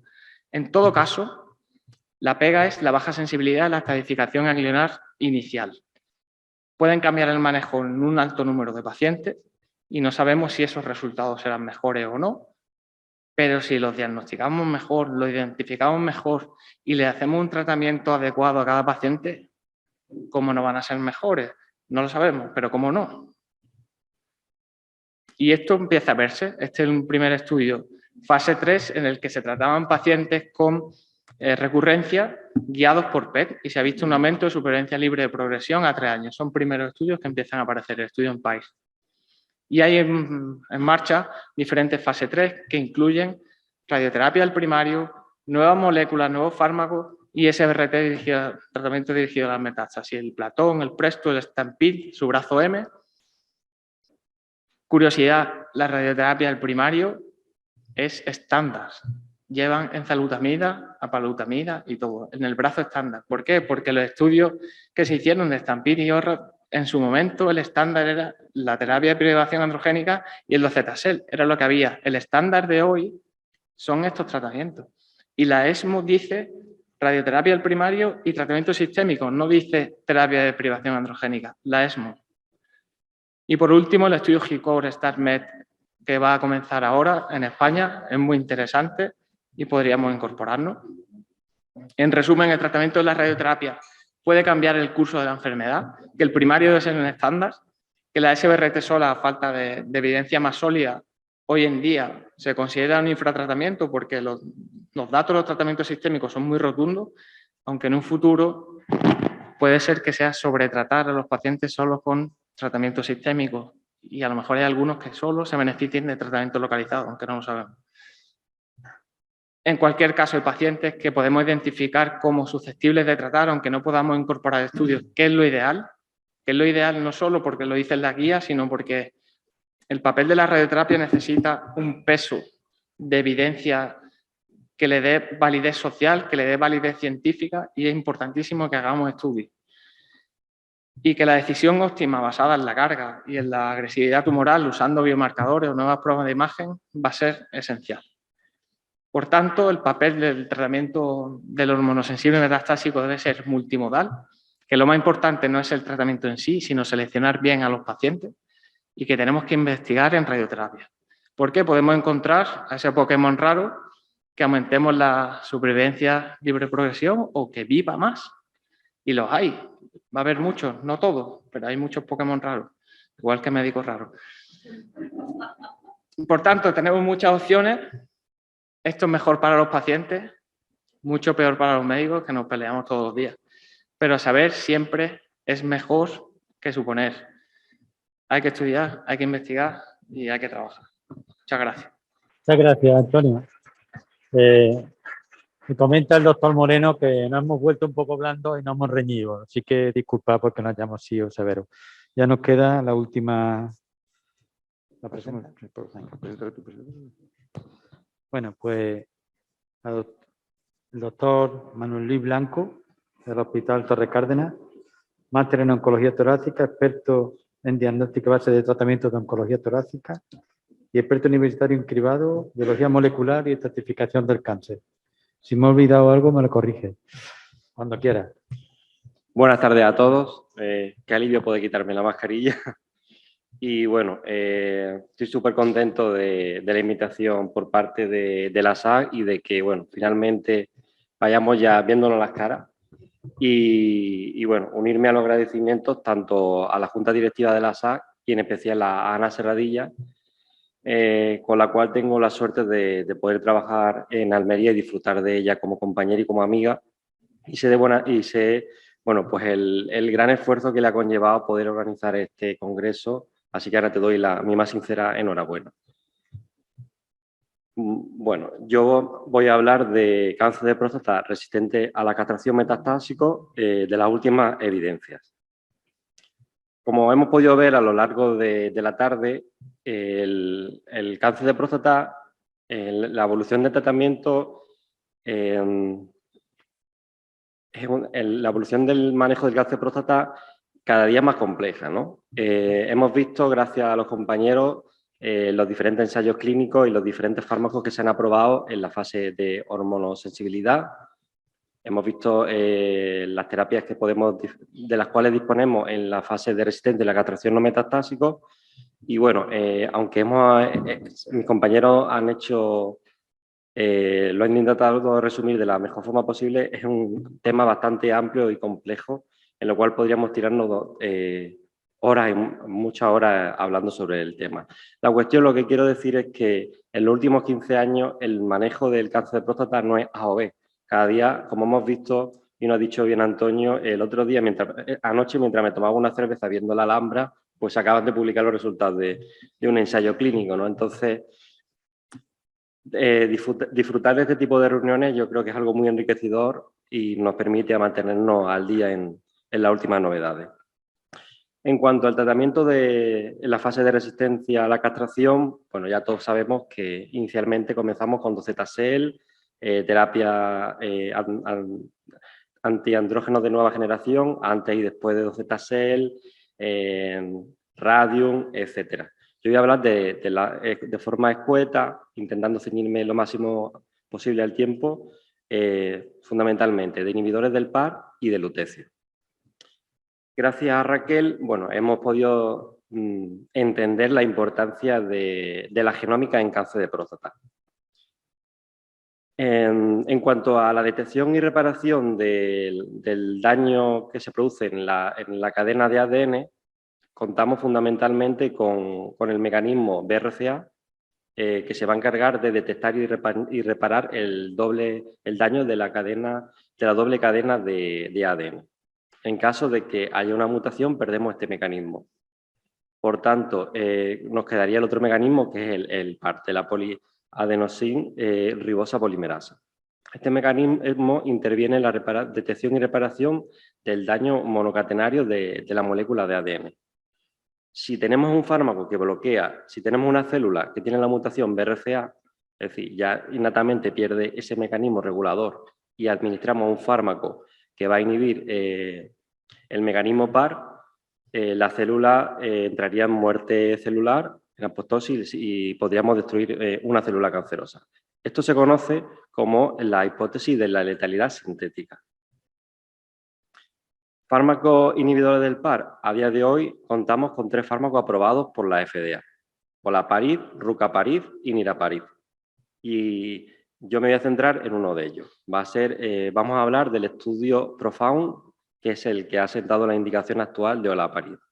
Son fármacos que ya están por venir y bueno, son fármacos en los cuales la oncología radioterápica debe de tener presencia. El ensayo PROFOUND, que asienta la indicación de olaparib, incluye pacientes CPRC metastásicos que progresan tras un tratamiento hormonal como abiraterona o enzalutamida, y en los cuales al menos hay un gen alterado que interviene en la reparación del DNA. Se establecen 2 cohortes. El cohorte más interesante es el cohorte A. En el cohorte A se incluyen mutaciones en BRCA1, BRCA2 y ATM. ATM interviene de forma indirecta en los mecanismos reguladores de la reparación de DNA. Se randomiza a recibir olaparib o a continuar con un tratamiento antiandrógeno. Los pacientes del grupo control que progresan, que es un alto porcentaje, terminan recibiendo olaparib. Y el cohorte B son pacientes que tendrían al menos una alteración dentro de las 15 mutaciones que se incluyeron dentro del estudio. A falta de tiempo, voy a hablar solamente de la cohorte A, fundamentalmente porque es donde se han visto los mejores resultados.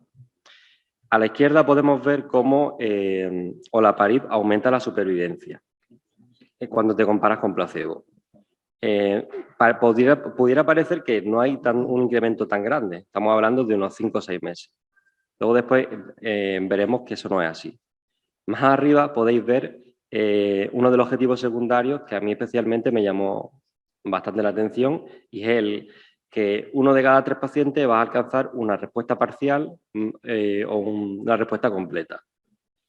Y abajo os pongo cuando se analiza la utilización o no de quimioterapia, de tasarno. Y vemos que los pacientes que no han recibido quimioterapia son los que van a ir mejor.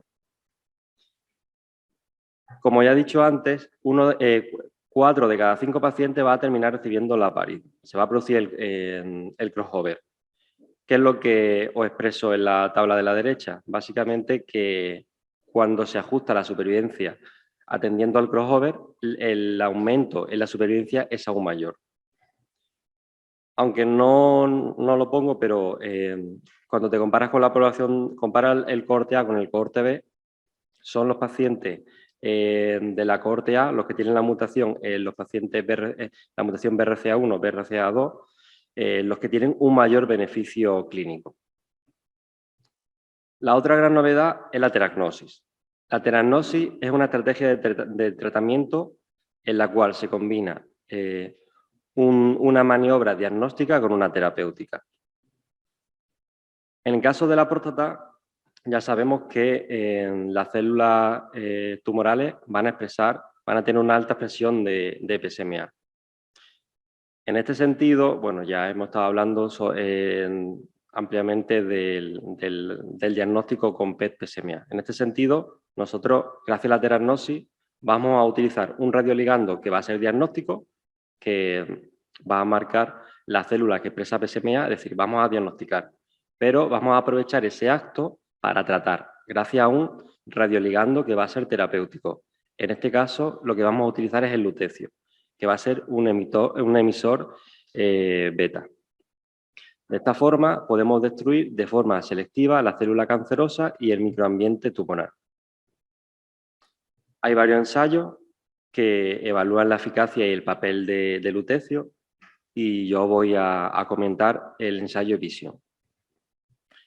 En este ensayo, que es un ensayo fase 3 aleatorizado, se incluyen pacientes con cáncer de próstata metastásico muy politratados. Son pacientes que han recibido al menos una línea hormonal y una o dos líneas de tasano. Son pacientes que tienen un buen estado general, CPRC metastásico en progresión y lo más importante de todo, son pacientes que se hacen TAC y gammagrafía y después se le hace un PET galio PSMA para confirmar que la metástasis captan en el PET.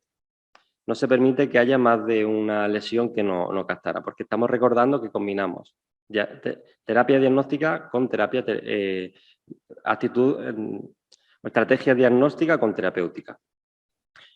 Y bueno, se evalúa el papel del lutecio y los pacientes que no reciben lutecio van a recibir el tratamiento estándar. Es importante aquí también, como remarco, que se excluye el radium, la inmunoterapia, la quimioterapia o cualquier tipo de droga experimental. En cuanto a los resultados, vemos a la izquierda cómo el lutecio retrasa la progresión radiológica, es decir, retrasa la progresión de la enfermedad en imagen. Y a la derecha vemos cómo tiene un hazard ratio favorable, es decir, aumenta la supervivencia, por tanto, aumenta la vida de nuestros pacientes. Importante recordar, son pacientes que ya estamos en una etapa final de la enfermedad. Paciente resistente a la castración, metastásico, con una expectativa de vida corta. Vemos aquí a la derecha que, bueno, estamos consiguiendo aproximadamente algo más de 4 meses. Y bueno, no podemos hablar de lutecio sin contar algún caso clínico y de imagen funcional sin poder verlo, ¿no? Siempre vale más una imagen que 1000 palabras. En el caso A, es un paciente polimetastásico con una cifra de PSA de más de 400.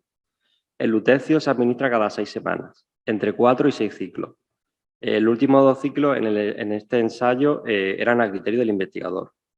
Aquí os enseño una reevaluación, 3 reevaluaciones realmente, después de 3 ciclos. Vemos cómo la primera, la carga tumoral disminuye considerablemente. Las cifras de PSA se reducen a 1/3. En el segundo caso, el paciente que también tenía bastante enfermedad metastásica, contábamos con un PSA previo al tratamiento de 60. Después de 3 ciclos se reduce la cifra de PSA 6 veces, perdón. Y en el tercer caso, vemos este paciente con una cifra de PSA superior a 100 y la reducción significativa de tamaño de la adenopatía que veis ahí.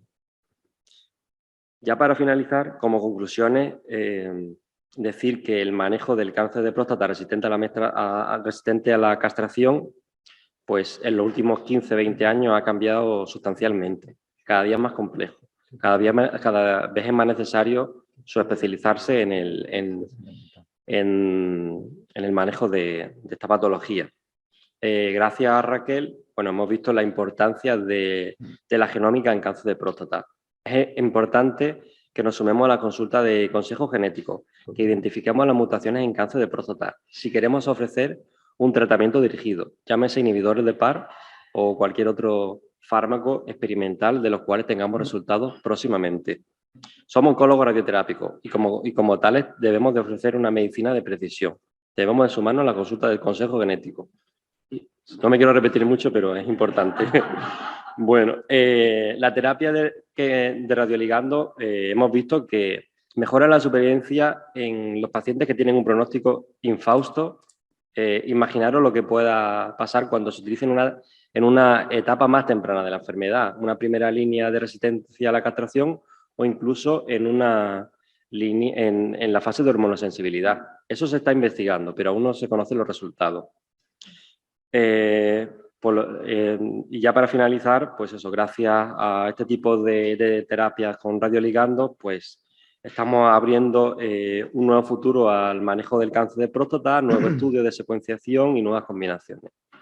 Y para terminar, no solamente dar las gracias a todos los que estáis aquí presentes, sino a todos los compañeros de mesa que habéis hecho una excelente labor y yo creo que ha sido muy enriquecedor. Muchas gracias.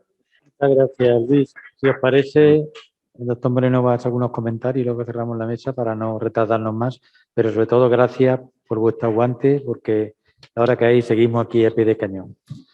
Bueno, felicitar que no hemos tenido oportunidad de felicitar a todos los ponentes.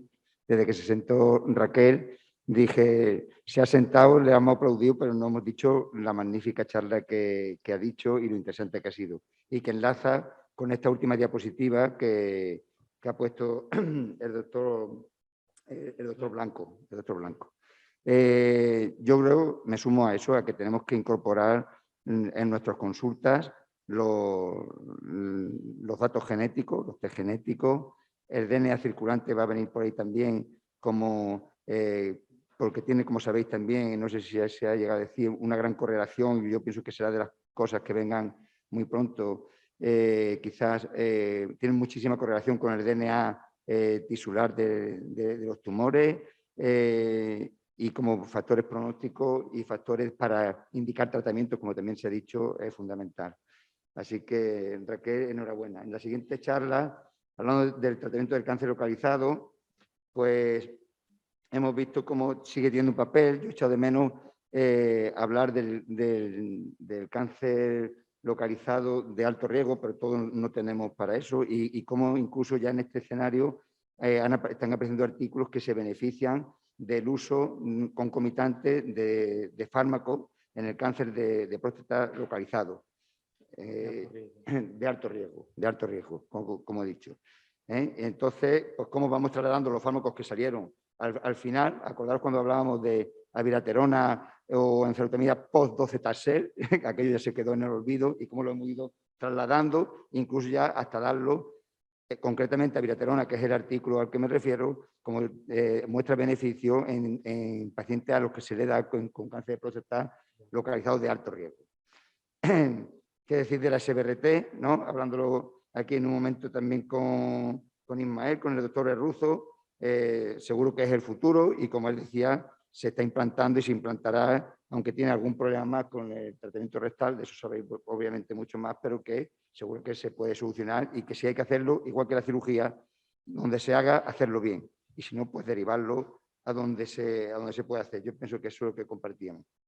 Del cáncer de resistencia a castración no metastásico, no decir nada, que tenemos 3 fármacos que son magníficos, que aumentan la supervivencia libre de metástasis y la supervivencia global, y que, como bien decía Ángeles, la doctora Sánchez, pues son ensayos que no se pueden comparar. No podemos comparar ensayos clínicos porque están hechos a veces en momentos diferentes, con poblaciones diferentes. Bueno, que os voy a contar que no sepáis que no se puede, que no debemos de comparar. Lo que sí es verdad es que las 3 moléculas tienen una gran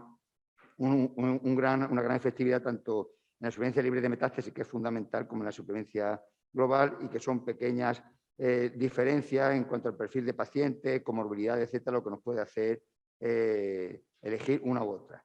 En la siguiente, bueno, qué decir también de las pruebas de imagen, que vendrán a cambiar seguramente todo este escenario. Yo estoy seguro que el PET-PSMA nos cambiará el escenario. Todavía no sabemos bien cómo, pero seguro que nos lo cambiará, porque es la realidad. No podemos ponernos una venda en los ojos y seguir tratando a los pacientes porque no los tenemos. Tenemos que tratarlas. Quizá nos puede servir para dar tratamiento de las metástasis en esa, aunque no quitemos, por supuesto, porque yo pienso que la terapia debe ser con base de ADT, pero no solo ADT, sino ADT más algo más una hormona, o incluso, en los pocos casos en los que sea necesario, el 12-taxel, ¿verdad? Incluso en el tratamiento de las metástasis, se ha dicho muy bien, pero yo he escuchado por otros sitios que se planteaba incluso el tratamiento aislado de las metástasis. A mí me parece que eso no ha demostrado todavía nada, lo que se ha demostrado es que el tratamiento sistémico sí que produce beneficio. En cuanto al cáncer de próstata hormonosensible y metastásico, también el doctor Lazo ha hecho también una magnífica exposición. También disponemos de cinco moléculas ya, como nos ha dicho, para el tratamiento de estos pacientes. Y en lo que no estoy tanto de acuerdo con él es porque precisamente en la comparación que se ha hecho de los ensayos clínicos, ¿no? Yo pienso que tenemos que huir de comparar hazard ratio, por mucho que salgan artículos, no podemos comparar hazard ratio. ¿Por qué? Porque, entre otras cosas, estos ensayos tienen una proporción de pacientes diferente. Y todos sabéis que el cáncer de próstata metastásico hormonosensible es un grupo muy, muy heterogéneo. Tenemos los de alto volumen, los de bajo volumen, de nuevo, los que vienen después de un tratamiento local con radioterapia o con cirugía, y sabemos que el pronóstico es muy, muy, muy diferente. Por ejemplo, desde el peor, que es el de nuevo metastásico de alta carga o de alto volumen, al que tiene el mejor, que es el que viene de baja carga y que es tras radioterapia o tras prostatectomía radical. Con lo cual yo en ese sentido, y tampoco comparto lo del mayor beneficio de estos pacientes con abiraterona y enzalutamida, porque se hace en base a esas comparaciones y no entiendo. Lo que sí es verdad que es una comparación que además hizo Fizazi en SOGU, desde luego, que parece que las hormonas se posicionan como más favorables en todo, menos en el coste, frente a docetaxel y frente a abiraterona, que este año pasará a ser genérica. Y ya está, y nada más. Y del doctor Blanco, pues estar de acuerdo con él, con sus conclusiones y con su magnífica exposición, y con que el lutecio y con la combinación con el PIS, los datos del PIS siguen siendo todavía muy inmaduros. El PIS incluye, la mayoría de los pacientes que incluye una alta proporción de pacientes de baja carga, con lo cual los datos que considerados todavía, no lo considero yo todavía tampoco un estándar of care, sino que lo considero todavía que hay que verlos con una cierta perspectiva. Muchas gracias. Bueno, gracias a los ponentes, y como el tiempo está tasado ya y va un poco de retraso, si me permiten, no solamente dar a los asistentes la oportunidad de una pregunta por lo menos, que no digamos que sea más que un coloquio de los ponentes y nuestros. ¿Alguien quiere hacer alguna pregunta concreta? Bueno, entonces está todo clarísimo. Pues sin más, muchas gracias a todos por vuestra atención. Muchas gracias, Ana. Y a los ponentes.